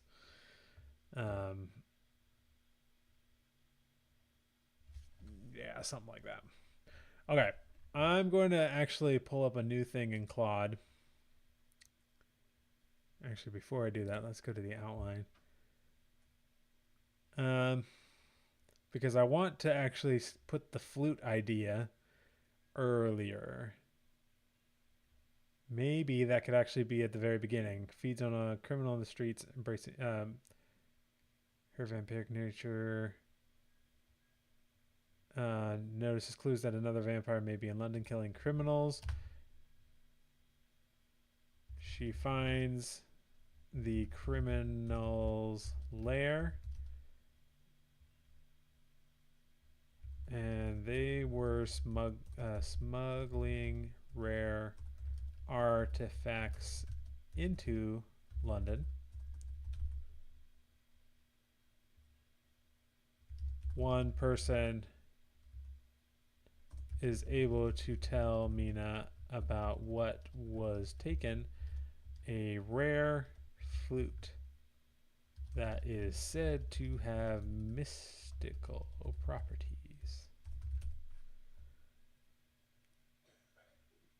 So that's where we get the flute. So we know that they have the flute. And eventually Sherlock at the end is going to put everything together, right? So he's like, oh, the flute, oh, the ashes, oh, the zombies. It's like they're doing some kind of ritual. And then maybe Van Helsing can say, like, yeah, there is a ritual to like bring back even a dead zombie or a dead vampire. So at this point, we got to get this thing here, this chapter. Um, Sherlock and Van Helsing together put it, um, figure out that the brides are hoping to resurrect Dracula by spreading the zombie disease. Oh man, I can't spell today. Disease through rats controlled by the aforementioned flute, which is revealed to be the flute of the Pied Piper.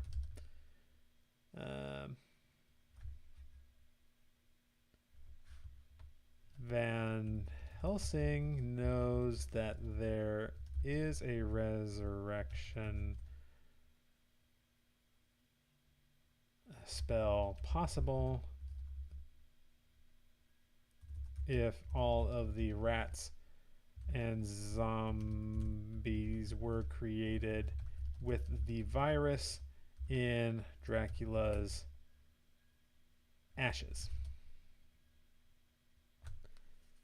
I'm also going to change one thing about what I wrote down. In the scuffle, someone, probably one of the brides, has taken the urn of Dracula's ashes. And I don't need this here.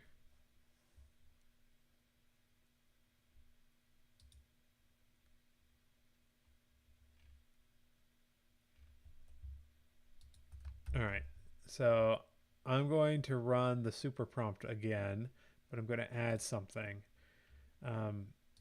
So here, I'm just going to say outline so far, paste that in,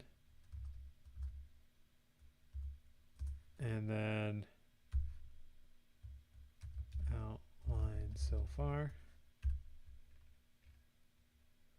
Using the following brain dump for background information and the following outline template, construct an outline for a Victorian Gothic fantasy novel following off of the outline so far.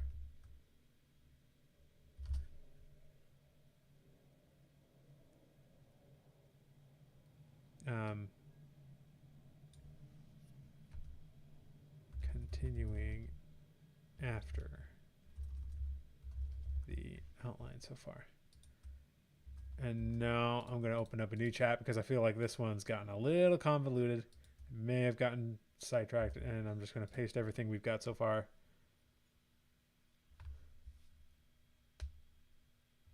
Ooh, a homunculus. I like the idea of a homunculus. Is that right? Hang on. No, the next one is the mirror stage. Why?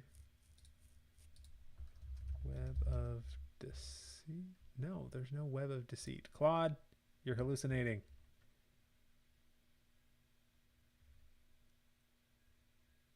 Let's try this again. Sometimes it just gets things wrong.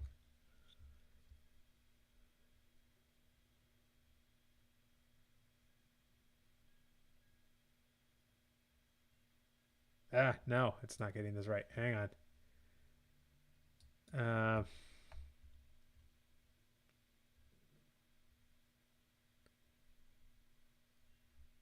let's see what I can tweak about the super prompt. And following the outline template. Construct an outline for continuing after the outline so far and using the outline template to structure the remaining chapters. Let's try that. That might do it.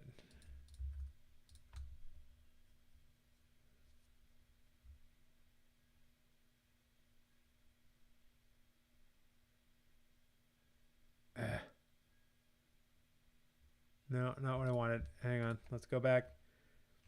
I'm going to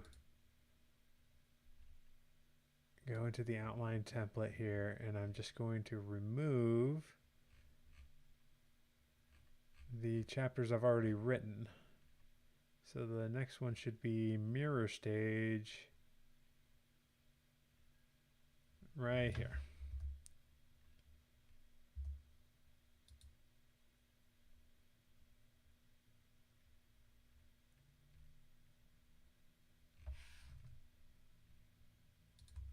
And now let's try this again one more time.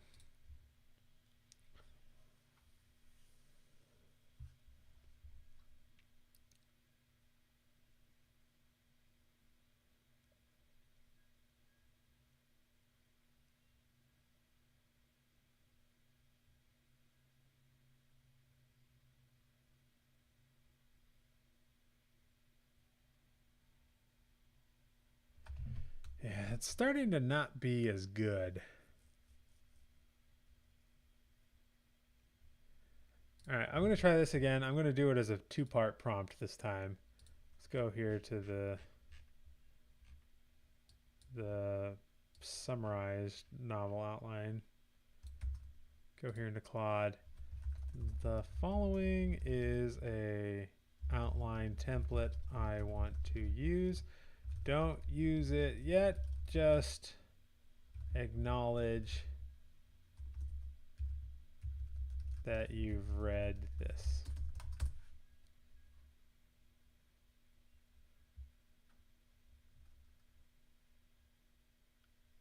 All right, so it acknowledges. Then I give it the outline that I've already done.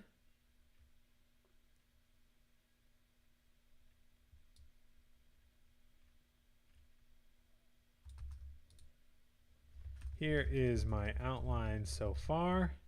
Again, just paste that in.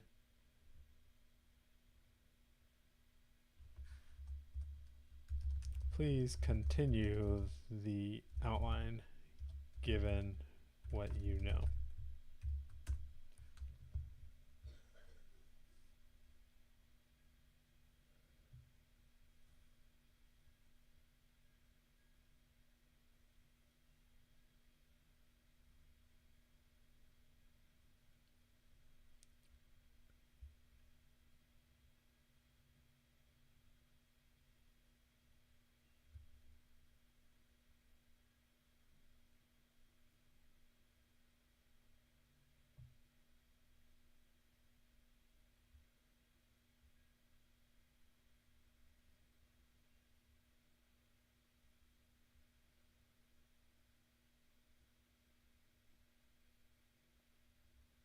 Now Van Helsing is betraying people? Well, I didn't give it part of the brain dump. Dang it. Starting to get too complicated. It's like wrangling. Here is a bunch of stuff that I want to happen. Revise what you've outlined with this in mind.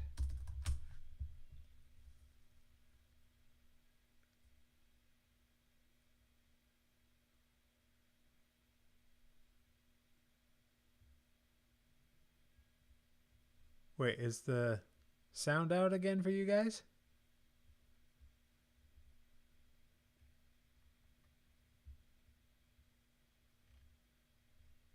Uh, I'm not having luck with Claude today. I'm just going to start writing this down myself. It's getting late, so I want to get to this. Um, Van Helsing is not even sure that he wants anything to do with any of this, but is convinced that Dracula must not return. So, um, he is willing to go with it. He has a conversation with Mina where she is forced to question whether or not it was a good thing for her to embrace being a vampire.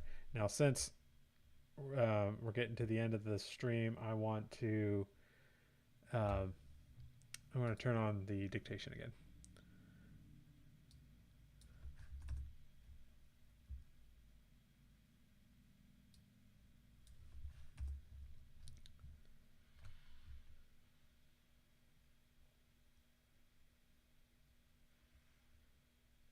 The Transylvanian werewolves inform them that there are other werewolves that can help them in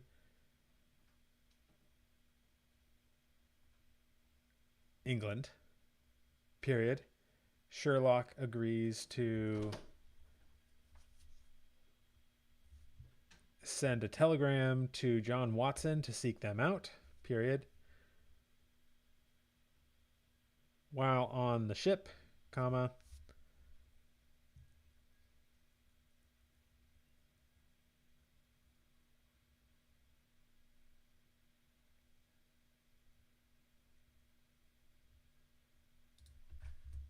home to England, comma, they determine where the brides are likely to be holed up. Period.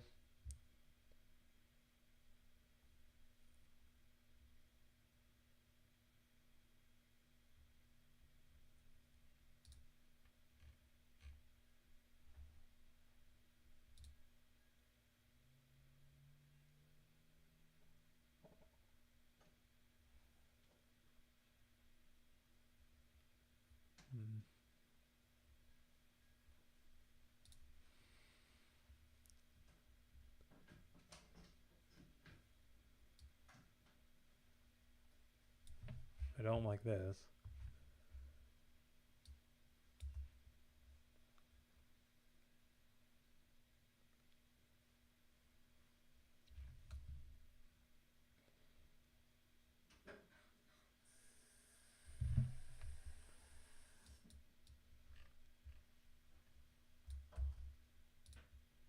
Going to brainstorm with Claude again. Open a new chat.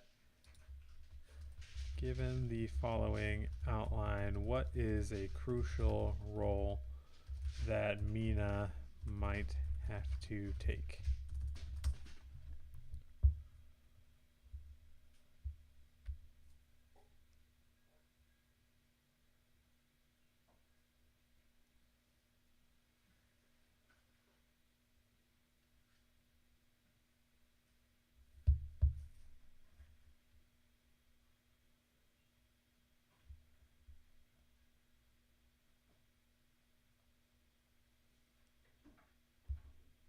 Hmm.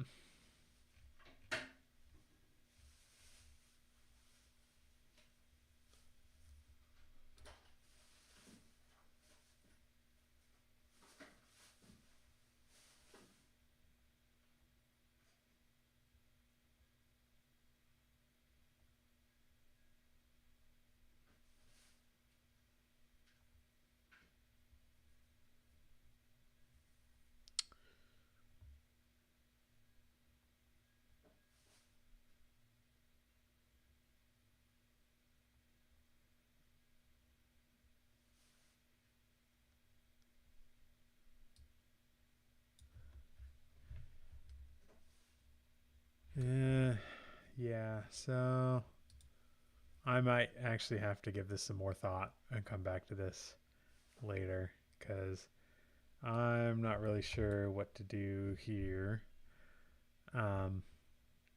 Because this is not happening for sure.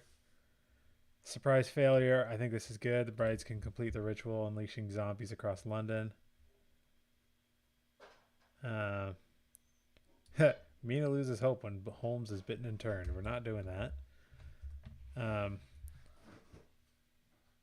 Maybe instead of a shocking revelation, this could be the moment when Van Helsing feeds on someone. Oh, I got it.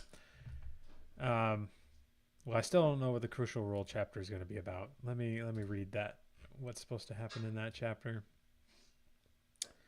Crucial role. The protagonist, now entrusted with a critical task as part of the overall strategy, is given a chance to prove himself in a real-world situation. As the team begins to trust the protagonist more, they take on a role that bears significant responsibility for the outcome of the conflict.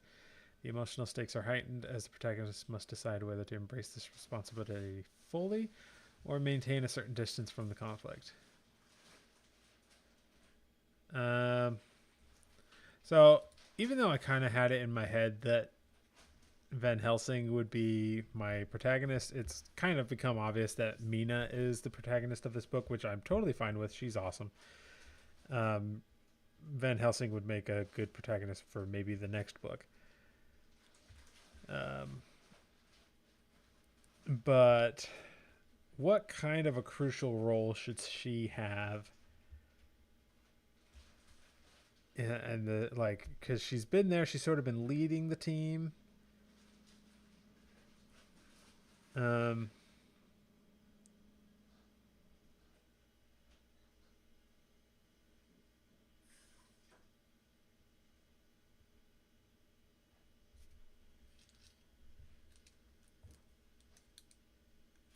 So maybe instead of that, maybe this is like an extended mirror moment where she realizes that they need to kill these vampires.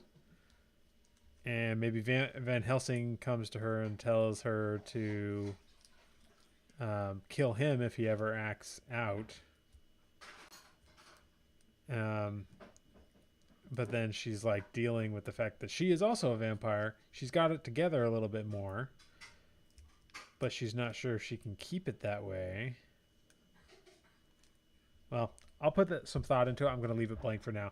But the direct conflict I have here on the ship ride home, it is revealed that the sailors work for the brides and intend on murdering them all.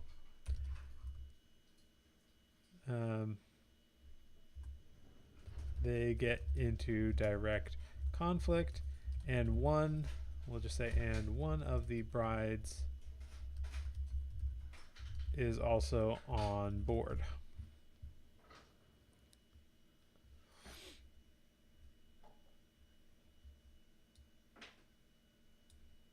Surprise failure comes when Van Helsing, during the conflict, acts out and feeds on one of the humans, which leads him onto a murderous rampage where he becomes younger and loses some sense of self temporarily.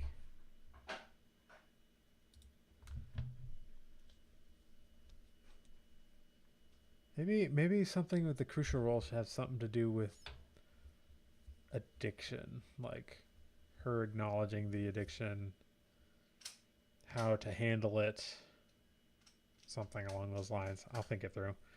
Shocking revelation.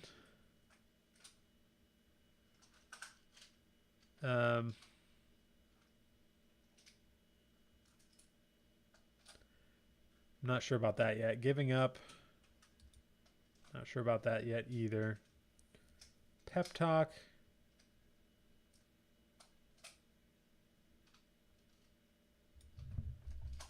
Sherlock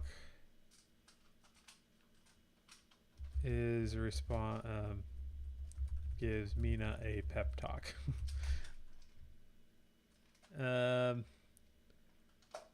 Seizing the sword. I'm not sure what that will be. Ultimate defeat.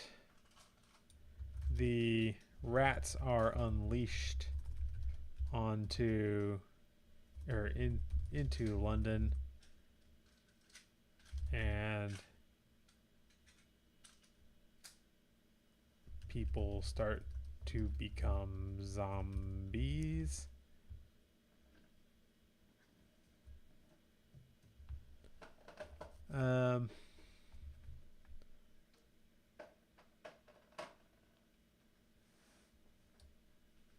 Van Helsing shows up at the last minute.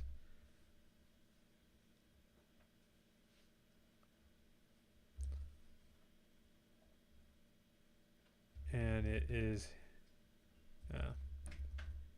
and he brings John Watson and the Hounds of the Baskervilles, aka local werewolves, to the rescue.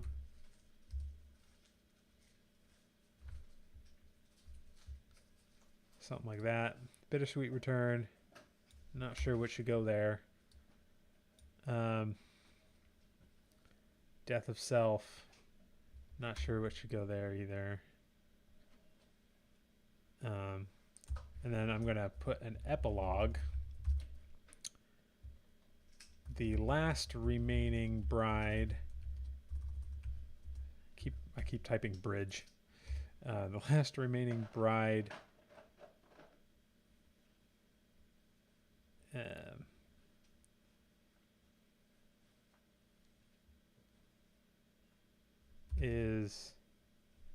meets with Nyarlathotep, and it is revealed that this entire plot is part of a larger plot to increase the powers of darkness on the earth, and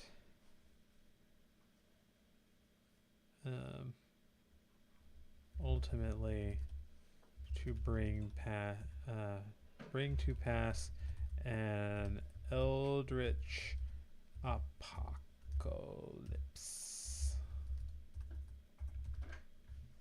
And can't spell. Eldritch apocalypse.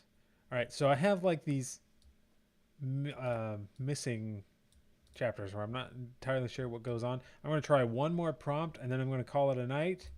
Thank you all for being here. My prompt is, well, let's start with, I'm going to give it a rundown of the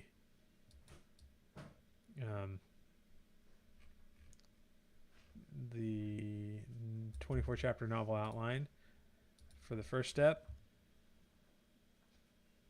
Here is a novel outline template I am using. Please acknowledge that you have read it by saying ...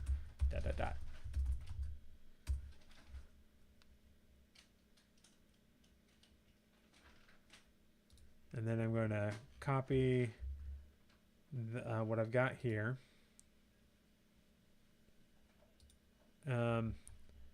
Here is an outline for my novel that I've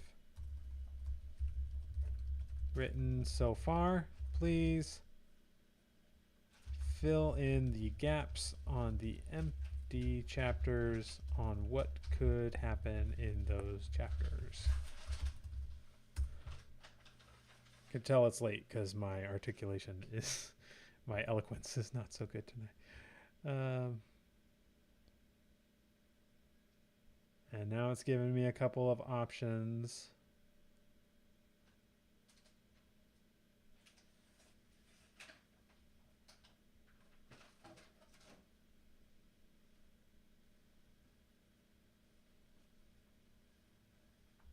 Okay, some of these are not too bad.